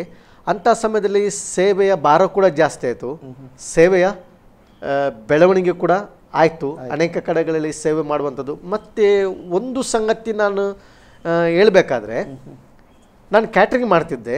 ಕ್ಯಾಟ್ರಿಂಗ್ ಒಂದು ಆರ್ಡರ್ ಸಿಗ್ತದೆ, ಇವಾಗ ಒಂದು 500 ಮಂದಿದು ಒಂದು ಆರ್ಡರ್ ಮದುವೆದು ಆರ್ಡರ್ ಸಿಕ್ಕಿದ್ರೆ ಇನ್ಕಮ್ಸ್ ಒಳ್ಳೆದಿದೆ, ಆದರೆ ಒಳಗಿಂದ ತೃಪ್ತಿ ಇಲ್ಲ. ಯಾರಿಗಾದರೂ ಒಂದು ಮನೆ ವಿಸಿಟ್ ಮಾಡಿಕೊಂಡು ಅವರಿಗೆ ಹೋಗಿ ಸುವಾರ್ತೆ ಸಾರಿಸಿದ್ರೆ ನಾನು ಫುಲ್ ಸ್ಯಾಟಿಸ್ಫ್ಯಾಕ್ಷನ್. ನನಗೆ ಬಹಳ ಒಂದು ಏನಂತ ಹೇಳಿದ್ರೆ ತೃಪ್ತಿ, ಬಹಳ ಒಂದು ಸಂತೋಷ. ಏನೋ ದೊಡ್ಡ ಸಾಧನೆ ಇವತ್ತು ನಾನು ಮಾಡಿದ್ದೇನೆ, ಸುವಾರ್ತೆ ಸಾರಿದ್ದೇನೆ, ನಾನು ದೇವರ ಸೇವೆಯನ್ನು ನಾನು ಮಾಡಿದ್ದೇನೆ ಎಂಬಂಥ ಒಂದು ಬಹಳ ಒಂದು ಸಂತೋಷ ಮತ್ತು ತೃಪ್ತಿ ನನಗೆ ಅನುಭವ ಆಗ್ತಿತ್ತು. ಈ ರೀತಿಯಲ್ಲಿ ನಾನು ಸೇವೆ ಮಾಡ್ತಿರುವಾಗ ಭಾಳಷ್ಟು ಮಂದಿ ದೇವ ಸೇವಕರು, ದೇವರ ಪ್ರವಾದಿಗಳು ನನ್ನ ಮೇಲೆ ಪ್ರವಾದನಾತ್ಮಕವಾಗಿ ಮಾತಾಡಿದರು. ದೇವರು ನಿಮ್ಮನ್ನು ಪೂರ್ಣಾವಧಿ ಸೇವೆಗೆ ನಿಮ್ಮನ್ನು ಕರೀತಿದ್ದಾನೆ, ದೇವರು ನಿಮ್ಮನ್ನು ಈ ರೀತಿಯಾಗಿ ನಿಮ್ಮನ್ನು ಸೇವೆಯಲ್ಲಿ ಉಪಯೋಗಿಸಿದ್ದಾನೆ. ನಾವು ಕೆಲವರು ದರ್ಶನದ ಮೂಲಕ ಕೂಡ ನಾವು ನೋಡಿದ್ದೇವೆ ಸೇವೆ ಮಾಡುವಂಥದ್ದು ಎಂಬುದಾಗಿ ಅವರು ಹೇಳ್ತಿದ್ರು.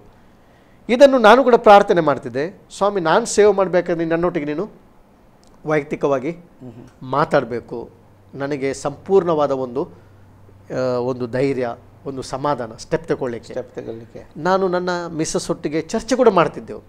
ಆಗ ನನ್ನ ಮಿಸ್ಸಸ್ ಕೂಡ ಹೇಳ್ತಿದ್ರು, ಈಗ ಕೂಡ ನಾವು ಸೇವೆ ಮಾಡ್ತಿದ್ದೇವೆ, ನಾವು ಬಿಸ್ನೆಸ್ ಮಾಡಿ ನಾವು ಸೇವೆ ಮಾಡ್ತಿದ್ದೇವೆ, ಮತ್ತು ಇದು ಒಳ್ಳೇದಲ್ವಾ, ನಮಗೆ ಯಾರಿಗಾದರೂ ಕೊಡಲಿಕ್ಕೆ ಸಹಾಯ ಮಾಡಲಿಕ್ಕೆ ಆಗ್ತದೆ, ನಾವು ಕೈ ಚಾಚೋದಕ್ಕಿಂತ ನಾವು ಯಾರಿಗಾದರೂ ಬ್ಲೆಸ್ ಮಾಡಲಿಕ್ಕೆ ಆಗ್ತದೆ, ಭಾಳಷ್ಟು ಸೇವಕರಿಗೆ ನಮ್ಮಿಂದ ಧನ ಸಹಾಯ ಮಾಡ್ಬೋದು ಎಂಬುದಾಗಿ ಅವಳ ಆಲೋಚನೆ ಆ ರೀತಿ ಇತ್ತು. ಆ ಸಮಯದಲ್ಲಿ ಫುಲ್ ಟೈಮ್ ಬೇಡ, ನಾವು ಈ ರೀತಿಯಲ್ಲಿ ನಾವು ಸೇವೆಯನ್ನು ಮಾಡುವ ಎಂಬುದಾಗಿ. ಆದರೆ ನನಗೆ ಒಂದು ಒಳಗಿಂದ ಬರ್ಡನ್, ಸೇವೆ ಮಾಡಬೇಕು, ಆಸಕ್ತಿ, ಪ್ರಾರ್ಥನೆ ಮಾಡುವಂಥದ್ದು ಸೇವೆಗಾಗಿ. ಈ ರೀತಿಯಲ್ಲಿ ಅನೇಕ ಯೌವನಸ್ಥರನ್ನು, ಬೇರೆ ಬೇರೆ ಸಭೆಗಳಲ್ಲಿ ಇರುವಂಥ ಇವತ್ತು ಯೌವನಸ್ಥರು ಕೂಡ ದೇವರ ಕೃಪೆಯಿಂದ ನನ್ನ ಮೂಲಕ ರಕ್ಷಣೆ ಅನುಭವಕ್ಕೆ ಬಂದವರು ಕೂಡ ಇದ್ದಾರೆ. ಯೌವನಸ್ಥರನ್ನ ಎಂಕರೇಜ್ ಮಾಡುವಂಥದ್ದು, ಅವರಿಗೆ ದೇವರ ವಾಕ್ಯವನ್ನು ಹೇಳುವಂಥದ್ದು, ಅವರು ಡಿಸ್ಕರೇಜ್ ಆದಾಗ ಅವರಿಗೆ ಕೌನ್ಸಿಲಿಂಗ್ ಮಾಡುವಂಥದ್ದು, ಅವರನ್ನು ಬಲಪಡಿಸಿ. ಯಾಕಂದರೆ ನಿಮ್ಮ ಸಾಕ್ಷಿ ಹಂಚುವಾಗಲೇ ಯೌವನಸ್ಥರಿಗೆ ಒಂದು ಬದಲಾವಣೆ ಬರ್ಬೋದು, ಯಾಕಂದರೆ ಎಂಕರೇಜ್ ಸಿಗ್ತದೆ ಒಂದು ಅವರಿಗೆ. ಯಾಕಂದರೆ ನಿಮ್ಮ ಜೀವನ ಶೈಲಿ, ಆ ಒಂದು ಯೌವನದ, ಯಾಕಂದರೆ ಅನೇಕ ಯೌವನಸ್ಥರು ಈ ದಿನಗಳಲ್ಲಿ ನಾವು ನೋಡ್ತಾ ಇರ್ತೇವೆ, ಅನೇಕ ತಪ್ಪು ದಾರಿಗಳಲ್ಲಿ ಈ ಲೋಕದಲ್ಲಿ ಸಿಗುವಂಥ ಸಂತೋಷಕ್ಕಾಗಿ ಸಮಾಧಾನಕ್ಕಾಗಿ ಅದರ ಹಿಂದೆ ಅನೇಕರು ಓಡುತ್ತಿರುವ ಸಮಯದಲ್ಲಿ ನೀವು ಕೂಡ ಅದೇ ರೀತಿಯಲ್ಲಿ, ಯಾಕಂದರೆ ಮಂಗಳೂರು ಪಟ್ಟಣದಲ್ಲಿದ್ದುಕೊಂಡು, ಈ ಮಂಗಳೂರು ಸಿಟಿ ಅಂತ ಹೇಳಿದ್ರೆ ಈಗ ತುಂಬ ಇದಾಗಿದೆ. ಹೌದು. ಈಗ ಯೌವನಸ್ಥರು ಕೂಡ ನಾವು ನೋಡ್ತಾ ಇದ್ದೇವೆ ಅಲ್ಲಿ. ಆ ಸಮಯ ನಿಮಗೆ ಕೂಡ ನಿಮ್ಮ ಸಾಕ್ಷಿ, ನಿಮ್ಮ ಜೀವನ, ನೀವು ಹೇಳುವಾಗಲೇ ಅನೇಕ ಯೌವನಸ್ಥರು ಹೌದು ಇವರ ಜೀವಿತವನ್ನು ಬದಲಾಯಿಸಿದೆ, ಇವರು ನಮ್ಮನ್ನು ಬದಲಾಯಿಸಲು ಶಕ್ತನಾಗಿದ್ದಾನೆ, ನಂಬಿಕೆ ಬಂದು ಅನೇಕರು ಬರಲಿಕ್ಕೆ ಬರ್ತಿದ್ರು. ನೀವು ಹೇಳ್ತಿದ್ರೆ ಅನೇಕ ಯೌವನಸ್ಥರು ಈ ದಿನ ಇದ್ದಾರೆ. ಖಂಡಿತವಾಗಿ.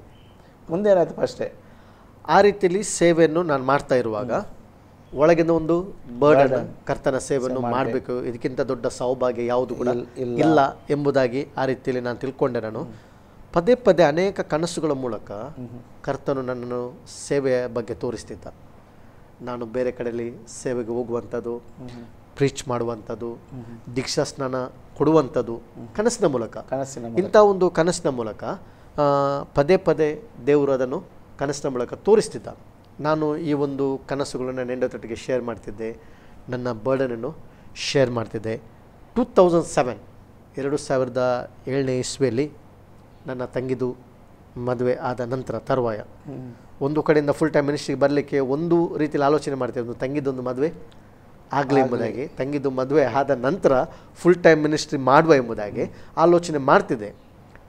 ಆದ ನಂತರ 2007 ಸೆಪ್ಟೆಂಬರ್ ತಿಂಗಳಲ್ಲಿ ನಾನು ಡಿಸೈಡ್ ಮಾಡಿದೆ, ನಾವು ದೇವರ ಸೇವೆಗೆ ನಮ್ಮನ್ನು ಸಂಪೂರ್ಣವಾಗಿ ಸಮರ್ಪಣೆ ಮಾಡುವೆಂಬುದಾಗಿ. ನನ್ನ ಈ ಒಂದು ಬರ್ಡನನ್ನು ನನ್ನ ಹೆಂಡತಿ ಹತ್ರ ಕೂಡ ನಾನು ಶೇರ್ ಮಾಡಿದೆ, ಹಂಚಿಕೊಂಡೆ. ನಾವು ಪ್ರೇಯರ್ ಮಾಡಿದೆವು. ಪ್ರೇಯರ್ ಮಾಡಿದ ನಂತರ ಅವಳು ಕೂಡ ಆ ಒಂದು ಬರ್ಡನ್ ಮಾಡಬೇಕು, ಸೇವ್ ಮಾಡುವಂಥ ಅವಳ ಒಂದು ಸಮ್ಮತಿ ಕೂಡ, ಒಂದು ಒಪ್ಪಿಗೆ ಸಿಕ್ಕಿದ್ರಿಂದ ನಾವು ಆಲೋಚನೆ ಮಾಡಿದೆವು. ಅದಕ್ಕಿಂತ ಮೊದಲು ಒಬ್ಬರು ಸೇವಕರು ನಮ್ಮ ಮನೆಗೆ ಬಂದಿದ್ದರು. ಈ ಒಂದು ನಿರ್ಧಾರ ಮಾಡುವ ಮುಂಚಿತವಾಗಿ ಅವರು ನಮ್ಮ ಮನೆಗೆ ಬಂದಾಗ, ನಮ್ಮ ಮನೆಯನ್ನು ವಿಸಿಟ್ ಮಾಡುವಾಗ ನಮ್ಮ ಇಬ್ಬರನ್ನು ಸೇರಿಸಿಕೊಂಡು ಪ್ರಾರ್ಥನೆ ಮಾಡಿದರು. ಪ್ರಾರ್ಥನೆ ಮಾಡುವಾಗ ಅವ್ರು ಹೇಳಿದ್ರು, ಒಂದು ಮಾತು ಹೇಳಿದರು, ದೇವರು ನಿಮಗೆ ಸಭಾ ಸೇವೆಯನ್ನು ಕೊಡ್ತಿದ್ದಾನೆ, ಸಭಾ ಸೇವೆಯನ್ನು ನಿಮ್ಮ ಮೂಲಕ ದೇವರು ಆರಂಭ ಮಾಡಲಿಕ್ಕೆ ಆಲೋಚನೆ ಕೊಡ್ತಿದ್ದಾನೆ ಎಂಬುದಾಗಿ. ಇದು ಒಳಗೆ ಇನ್ನೂ ಅದು ಕನ್ಫರ್ಮ್ ಎಂಬುದಾಗಿ ಆಯಿತು. 2007 ನಾವು ನಮ್ಮದೇ ಪ್ರತ್ಯೇಕವಾದ ಆರಾಧನೆ ಆರಂಭ ಮಾಡಬೇಕು, ಸಭಾ ಸೇವೆಯನ್ನು ಆರಂಭ ಮಾಡಬೇಕು ಎಂಬುದಾಗಿ ನಾವು ಭಾಳಷ್ಟು ದಿನಗಳ ಪ್ರಾರ್ಥನೆ ಮಾಡಿದ ನಂತರ ಸೆಪ್ಟೆಂಬರ್ 30 ಸಂಡೇ 2007 ನಮ್ಮದು ಸಭೆ ಫೇತ್ ಫೌಂಡೇಶನ್ ಮಿನಿಸ್ಟ್ರೀಸ್,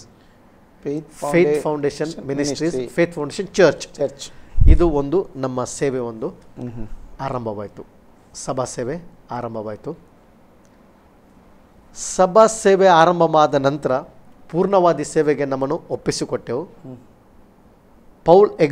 ಅಪೋಸ್ತಲ ಪೌಲ್ ಎಗಿರಡು ಅವರು ಅದೇ ಡಿಸೆಂಬರ್ನಲ್ಲಿ 2007 ನಮ್ಮನ್ನು ಸಭಾ ಸೇವೆಗೆ ಪಾಸ್ಟಲಾಗಿ ನಮ್ಮನ್ನು ಆರ್ಡೈನ್ ಮಾಡಿದರು. USA ಆರ್ಡೈನ್ ಮಾಡಿದರು.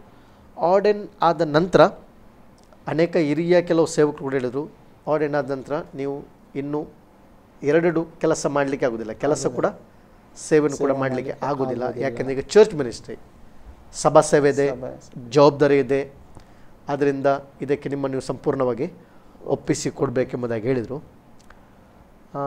ಎಸ್ಟಾಬ್ಲಿಷ್ ಆಗಿದೆ, ಬಿಸ್ನೆಸ್ ಕೂಡ ಬೆಳೆದಿದೆ. ಆದರೆ ದೇವರ ಕೃಪೆಯಿಂದ, ಒಂದು ಪವಿತ್ರಾತ್ಮನ ಸಹಾಯದಿಂದ ಅದರ ಆಲೋಚನೆಗೆ ಹೋಗದೆ ಅದರಿದ್ದಾಗೇ ನಾನು ಸ್ಟಾಪ್ ಮಾಡಿ ನಾವು ಪೂರ್ಣವಾದಿ ಸೇವೆ, ಸಭಾ ಸೇವೆಯನ್ನು ನಾವು ಆರಂಭ ಮಾಡಿದೆವು. ಈ ಮಣ್ಣ ಕ್ಯಾಟ್ರಸನ್ನು ಯಾರಾದರೂ ಬಿಟ್ಟು ಕೊಟ್ಟರಲ್ಲ, ನೀವು ಅದನ್ನು ಸ್ಟಾಪ್ ಮಾಡಿಬಿಟ್ರೆ? ಸ್ಟಾಪ್ ಮಾಡಿಬಿಟ್ಟೆ ನಂತರ ಕೂಡ 1.5 ವರ್ಷದವರೆಗೆ ನನಗೆ ಆರ್ಡ್ರ್ ಬರ್ತಿತ್ತು. ನನಗೆ ಕ್ಯಾಟ್ರಿಂಗ್ದು ನನಗೆ ಆರ್ಡ್ರುಗಳು ಬರ್ತಾಯಿತ್ತು ನನಗೆ. ಮುಂದೆ ನೀವು ಈ ಒಂದು ಸುವಾರ್ಥ ಸೇವೆಗೆ, ಸಭಾ ಸೇವೆಗೆ ನಿಮ್ಮ ಮಣ್ಣ ಕ್ಯಾಟ್ರಸನ್ನೆಲ್ಲ ಬಿಟ್ಟು ಅದನ್ನೆಲ್ಲ ಸ್ಟಾಪ್ ಕೊಟ್ಟು ಈಗ ಒಂದು ಹೊಸ ಸೇವೆಗೆ ಇಳಿದಂಥ ಸಮಯದಲ್ಲಿ ಈ ಸುವಾರ್ಥಿಕ ಸೇವೆಗೆ, ಯಾಕೆಂದರೆ ಮೊದಲೇ ನೀವು ಹೇಳ್ತಿದ್ರಿ ನಿಮಗೊಂದು ಬರ್ಡನ್ ಇತ್ತು, ನಾನು ಸೇವೆ ಮಾಡಬೇಕು, ಅನೇಕರಿಗೆ ಯೇಸು ಸ್ವಾಮಿಯ ಆ ಶುಭ ವರ್ತಮಾನ ಸಾರಬೇಕು, ನಿಮ್ಮ ಹಾಗೆ ಅನೇಕರು, ಯಾಕೆಂದರೆ ನಿಮ್ಮ ಜೀವಿತ ಯಾವ ರೀತಿ ಇತ್ತು ಅದೇ ರೀತಿ ಎಷ್ಟೋ ಜನರು ನಾಶವಾಗ್ತಾ ಇದ್ದಾರೆ, ತಪ್ಪಾದ ದಾರಿಯಲ್ಲಿದ್ದಾರೆ. ಅನೇಕ ಕುಟುಂಬಗಳು ತನ್ನ ಮಕ್ಕಳಿಗಾಗಿ ಕಣ್ಣೀರಿಡುವಂಥ ಕುಟುಂಬಗಳಿರ್ಬೋದು, ತಂದೆ ತಾಯಿಗಳು, ಇಂಥವರ ಬಳಿಗೆ ಹೋಗಬೇಕು, ಸುವಾರ್ತೆಯನ್ನು ಸಾರಬೇಕು. ಆ ಒಂದು ರೀತಿಯ ಒಂದು ಪ್ರೇರಣೆ ದೇವರು ನಿಮಗೆ ಕೊಟ್ಟಿದ್ದಾರೆ. ಅದಕ್ಕಾಗಿ ನೀವು ಅಲ್ಲಿಯೇ ಮಂಗಳೂರು, ಬಾಂಬೆ ಪಟ್ಟಣದಲ್ಲಿರುವಾಗಲೇ ನಾನು ಮಂಗಳೂರಿಗೆ ಹೋಗಬೇಕು, ನನ್ನ ಊರಿನಲ್ಲಿಯೇ ದೇವರಿನ ಕೆಲಸ ಮಾಡಬೇಕು.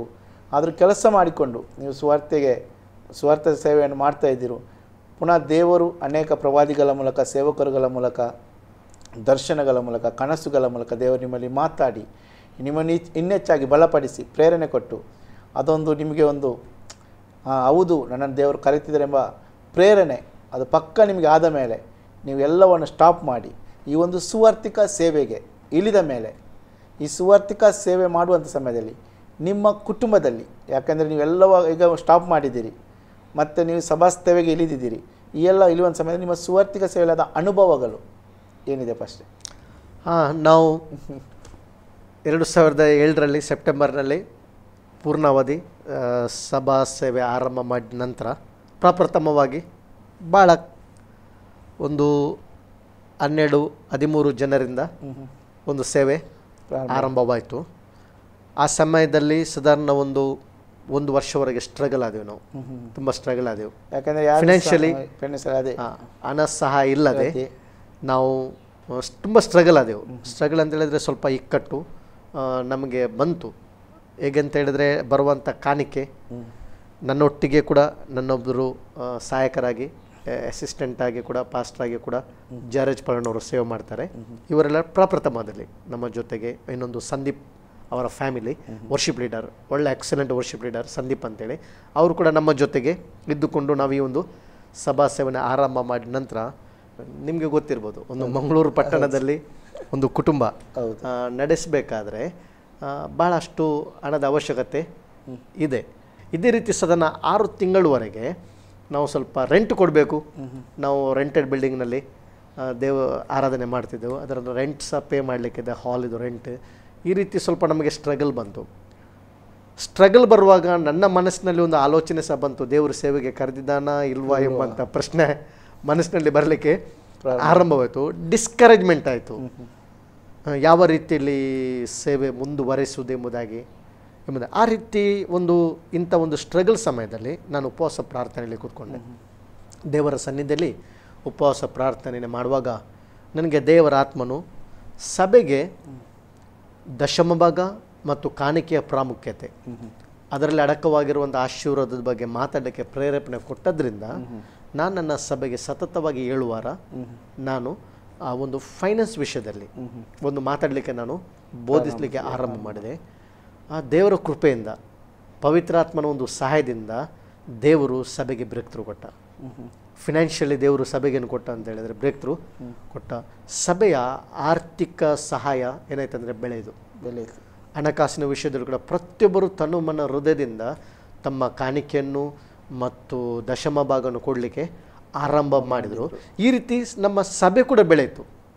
ಸಭೆ ಬೆಳೆತು. 13 ಜನರಿಂದ 20 ಮಂದಿ ಆದರು, 30 ಆದರು, 50 ಆದರು. ಇವತ್ತಿನ ಸ್ಥಿತಿಯಲ್ಲಿ ನಮ್ಮ ಸಭೆಯಲ್ಲಿ 150ಕ್ಕಿಂತ ಮೇಲ್ಪಟ್ಟ ವಿಶ್ವಾಸಿಗಳು ಇದ್ದಾರೆ. ರೆಗ್ಯುಲರ್ ಆಗಿ 120 ಜನರು ಸೇರಿಕೊಂಡು ದೇವರನ್ನ ಆರಾಧನೆ ಮಾಡಿದರೆ, ಭಾಳಷ್ಟು ಜನರು ಹೊರಗಿನ ದೇಶದಲ್ಲಿ ಸೌದಿ, ದುಬೈ, ಕುವೈಟ್, ಕತಾರ್ಗಳಲ್ಲಿ ಕೆಲಸದಲ್ಲಿ, USA ಕೂಡ ಕೆಲಸದಲ್ಲಿ ಇದ್ದಾರೆ. ದೇವರು ಇವತ್ತು ನಮ್ಮ ಸಭೆನ ಆರ್ಥಿಕವಾಗಿ ಭಾಳಷ್ಟು ದೇವರ ಆಶೀರ್ವಾದ ಮಾಡಿದ್ದಾನೆ. ಆದ್ದರಿಂದ ದೇವರ ಕೃಪೆಯಿಂದ ಇವತ್ತು ನಮ್ಮ ಈ ಒಂದು ಫೇತ್ ಫೌಂಡೇಶನ್ ಮಿನಿಸ್ಟ್ರಿ ಮೂಲಕ ಕೆಲವು ಬ್ರಾಂಚ್ ಸಭೆಗಳಿದೆ.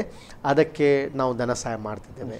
ತಿಪ್ಟೂರಿನಲ್ಲಿ ಪಾಸ್ಟರ್ ವಿನೋದ್ ಅಂತೇಳಿದ್ದಾರೆ, ಅವ್ರಿಗೂ ನಾನು ಸಹಾಯ ಮಾಡ್ತಿದ್ದೆ.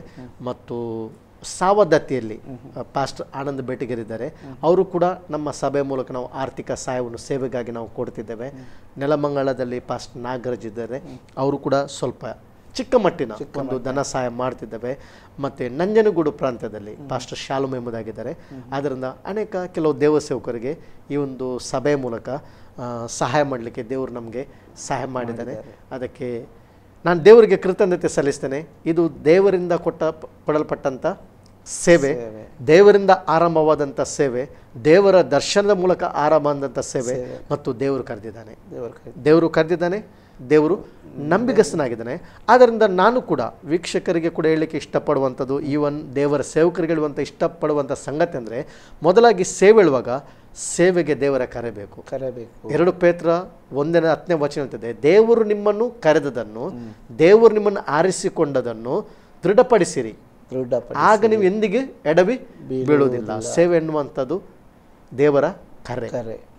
ಮತ್ತು ಎರಡನೇದಾಗಿ ಸೇವೆ ಮಾಡಲಿಕ್ಕೆ ನಮ್ಗೇನು ಬೇಕಂದರೆ ಸಮರ್ಪಣೆ ಬೇಕು. ಸಮರ್ಪಣೆ ಬೇಕು. ಸೇವೆ ಮಾಡಲಿಕ್ಕೆ ಸಮರ್ಪಣೆ ಮಾಡಬೇಕು. ಇದು ದೇವರ ಸೇವೆ, ಇದು ಕರ್ತನು ನನಗೆ ಕೊಟ್ಟಂಥ ಮಹಿಮೆಯ ಸೇವೆ. ಸೇವೆ ಹೇಳುವಾಗ ನಾನು ಸಂತೋಷದಿಂದ ಹೇಳ್ತೇನೆ, ಇದು ದೇವರು ಕೊಟ್ಟಂಥ ಅಮೂಲ್ಯವಾದ ಒಂದು ಗಿಫ್ಟ್. ಇದು ದೇವರ ಮಹಿಮೆಯ ಸೇವೆ. ಅದನ್ನು ಮಾಡಲಿಕ್ಕೆ ನಾವು ಯಾವಾಗಲೂ ನಮ್ಮಲ್ಲಿ ಏನು ಇರಬೇಕಂತ ಹೇಳಿದರೆ ಆ ಹೃದಯ ಬೇಕು, ಬರ್ಡನ್ ಬೇಕು, ಕಮಿಟ್ಮೆಂಟ್ ಬೇಕು, ಸಮರ್ಪಣೆ ಬೇಕು ಮತ್ತು ಸೇವೆಗೆ ತ್ಯಾಗ ಬೇಕು. ಆದ್ದರಿಂದ ಈ ಸೇವೆ ಮಾಡುವಾಗ ಯೇಸು ಸ್ವಾಮಿ ಹೇಳಿದ್ದಾನೆ, ಯೋಹಾನನು ಬರೆದ ಸುವಾರ್ತೆ 12ನೇ 26ನೇ ವಚನ, ಯಾವನಾದರೂ ನನ್ನ ಸೇವೆಯನ್ನು ಮಾಡೋದಾದರೆ ನನ್ನ ತಂದೆ ಅವನಿಗೆ ಬಹುಮಾನವನ್ನು ಕೊಡುತ್ತಾನೆ. ಆದ್ದರಿಂದ ನಾನು ಭಾಳ ಒಂದು ಸಂತೋಷದಿಂದ ವೀಕ್ಷಕರಿಗೆ ಇಷ್ಟಪಡ್ತೇನೆ. ಸೇವೆ ಮಾಡುವಂಥದ್ದು ಭಾಳ ಸಂತೋಷ. ಈ ನಮ್ಮ ಸೇವೆಗೆ ಅಭಿವೃದ್ಧಿಗೆ ಕಾರಣ ಯಾರಂತ ಹೇಳಿದರೆ ಕರ್ತನಾಗಿದ್ದಾನೆ. ಕರ್ತನು ಕರೆದಾತ ನಂಬಿಗಸ್ತನಾಗಿದ್ದಾನೆ. ಆದ್ದರಿಂದ ನಿಮ್ಮ ಹೃದಯಪೂರ್ವಕವಾದ ಒಂದು ಪ್ರಾರ್ಥನೆ ನಮ್ಮ ಸೇವೆಗೆ ಅವಶ್ಯಕತೆ ಇದೆ. ಯಾಕಂದರೆ ಸೇವೆ ಮಾಡುವಂಥದ್ದು ದೇವರ ಒಂದು ಆಶೀರ್ವಾದವಾಗಿದೆ. ಪಾಸ್ಟರ್ ತುಂಬ ಥ್ಯಾಂಕ್ಸ್.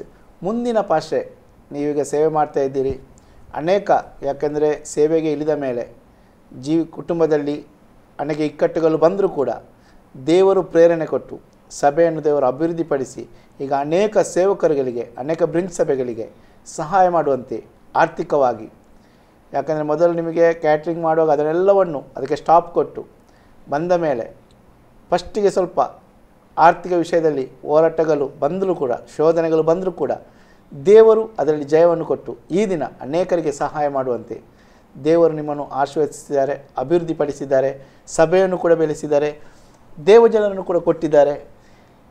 ಯಾಕೆಂದರೆ ಪ್ರಾರಂಭ ಅಲ್ಪವಾದರೂ ಅಂತ್ಯವು ಅದು ದೊಡ್ಡದಾಗಿರುತ್ತೆ. ದೇವರ ವಾಕ್ಯದ ಪ್ರಕಾರ ದೇವರು ಅಭಿವೃದ್ಧಿಪಡಿಸಿದ್ದಾನೆ ವಾಕ್ಯ ಆಧಾರದಂತೆ. ಮುಂದಿನ ಪಾಸ್ಟರ್, ನಿಮ್ಮ ಒಂದು ಈ ಒಂದು ಗುರಿ ಅಥವಾ ನಿರೀಕ್ಷೆ ಏನು ಪಾಸ್ಟರ್? ನನ್ನ ಒಂದು ಗುರಿ ಅಥವಾ ನನ್ನ ದರ್ಶನ ಏನಂತ ಹೇಳಿದರೆ, ನಮ್ಮ ದೇಶದಲ್ಲಿರುವಂಥ ವಿಲೇಜ್, ನನ್ನ ಮೇನ್ ದರ್ಶನ ಅಂತ ಹೇಳಿದರೆ ವಿಲೇಜ್ ಮಿನಿಸ್ಟ್ರಿ, ಹಳ್ಳಿಗಳ ಮಿನಿಸ್ಟ್ರಿ. ಹೌದು, ರೀಚ್ ಆಗದಂಥ ಸ್ಥಳದಲ್ಲಿ, ರಿಮೋಟ್ ವಿಲೇಜ್ಗಳಲ್ಲಿ ಕರ್ತನ ಸೇವೆ ಆಗಬೇಕು. ಅಂಥ ಸ್ಥಳಗಳಲ್ಲಿ ಸೇವೆ ಮಾಡುವಂಥ ದೇವ ಸೇವಕರಿಗೆ ಅವರಿಗೆ ಸ್ಪಿರಿಚುವಲ್ ಕವರಿಂಗ್ ಕೊಟ್ಟು, ಅವರಿಗೆ ಆರ್ಥಿಕವಾಗಿ ಸಹಾಯ ಕೊಟ್ಟು, ಅವರಿಗೆ ಎಂಕರೇಜ್ ಮಾಡಿಕೊಂಡು ಅಲ್ಲಿರುವಂಥ ಸೇವೆಗಳನ್ನು ಬೆಳೆಸುವಂಥದ್ದು ಮತ್ತು ಸೇವೆ ಇಲ್ಲದಂಥ ಒಂದು ಸ್ಥಳದಲ್ಲಿ, ರಿಮೋಟ್ಗಳಲ್ಲಿ ಹೊಸದಾಗಿ ಒಂದು ಸೇವೆಯನ್ನು ಆರಂಭ ಮಾಡುವಂಥದ್ದು ಇದು ನನ್ನ ಗುರಿಯಾಗಿದೆ. ಮತ್ತು ನನ್ನ ಆಶೆ ಅಂದರೆ ವಿಲೇಜ್ಗಳಲ್ಲಿ ಕರ್ತನ ಸುವಾರ್ತೆ ಸಾರಲ್ಪಡಬೇಕು, ಅಲ್ಲಿ ಸಭೆಗಳು ಸ್ಥಾಪಿಸಲ್ಪಡಬೇಕು. ಇಲ್ಲಿ ಸಭೆಗಳಿಲ್ಲ, ಆ ಸ್ಥಳಗಳಲ್ಲಿ ಪಡಲಿಲ್ಲ, ಆ ಸ್ಥಳಗಳಲ್ಲಿ, ವಿಲೇಜ್ಗಳಲ್ಲಿ, ರಿಮೋಟ್ ವಿಲೇಜ್ಗಳು ಎಲ್ಲಿ ಸುವಾರ್ತೆ ಸಾರಲ್ಪಡಲಿಲ್ಲ, ಎಲ್ಲಿ ಸಭೆಗಳು ಇಲ್ಲ, ಅಲ್ಲಿ ಸಭೆಗಳನ್ನು ಸ್ಥಾಪಿಸಬೇಕು ಮತ್ತು ಅಲ್ಲಿ ದೇವ ಜನರು ಬಂದು ಕರ್ತನನ್ನು ಆರಾಧನೆ ಮಾಡಿ ಕರ್ತನಾಮನ್ನು ಘನಪಡಿಸಬೇಕೆಂಬುದೇ ನನ್ನ ಹೃದಯದ ಆಶೆ ಮತ್ತು ನನ್ನ ಸೇವೆಯ ಒಂದು ಗುರಿಯಾಗಿದೆ. Thank you pastor. ನಿಜವಾಗಿ ನಮ್ಮ ಮಧ್ಯದಲ್ಲಿ ಇಷ್ಟು ಸಮಯ, ನಿಮ್ಮ ಈ ಅಮೂಲ್ಯವಾದ ಸಮಯವನ್ನು, ನೀವು ಸೇವಕರಾಗಿದ್ದೀರಿ, ತುಂಬ ಸೇವಕರಿಗೆ ಅಂತ ಹೇಳಿದ್ರೆ ತುಂಬ ಕೆಲಸ, ಪ್ರಾರ್ಥನೆ, ಅದು ಇದು ಬೇರೆ ಬೇರೆ ವಿಷಯದಲ್ಲಿ ಇದ್ದೀರಿ. ಆದರೆ ಈ ಒಂದು ಅಮೂಲ್ಯ ಸಮಯವನ್ನು ಈ ನಮ್ಮ ಆಸರೆ ಟಿ ವಿ ಚಾನೆಲ್ನ ಬಂದು ಈ ಸಮಯವನ್ನು ಕೊಟ್ಟಿದ್ದಕ್ಕಾಗಿ ಇನ್ನೊಂದಾವರ್ತಿ ನಿಮಗೆ ನನ್ನ ಹೃತ್ಪೂರ್ವಕವಾದ ವಂದನೆಗಳು ಪಾಸ್ಟರ್. ವಂದನೆ. ಈ ಒಂದು ಆಸರೆ ಟಿ ವಿ ಮೂಲಕ ಸೇವೆಯ ಒಂದು ಅನುಭವಗಳನ್ನು ಹಂಚಿಕೊಳ್ಳಿಕ್ಕೆ ಕೊಟ್ಟಂಥ ಒಂದು ಅವಕಾಶಕ್ಕಾಗಿ ನಾನು ಹೃದಯಪೂರ್ವಕವಾಗಿ ಆಸರೆ ಟಿ ವಿ ಚಾನಲ್ಗೆ ನಾನು ನನ್ನ ವಂದನೆಯನ್ನು ಸಲ್ಲಿಸ್ತೇನೆ. ದೇವರು ನಿಮ್ಮನ್ನು ಬ್ಲೆಸ್ ಮಾಡಲಿ. Okay, thank you pastor.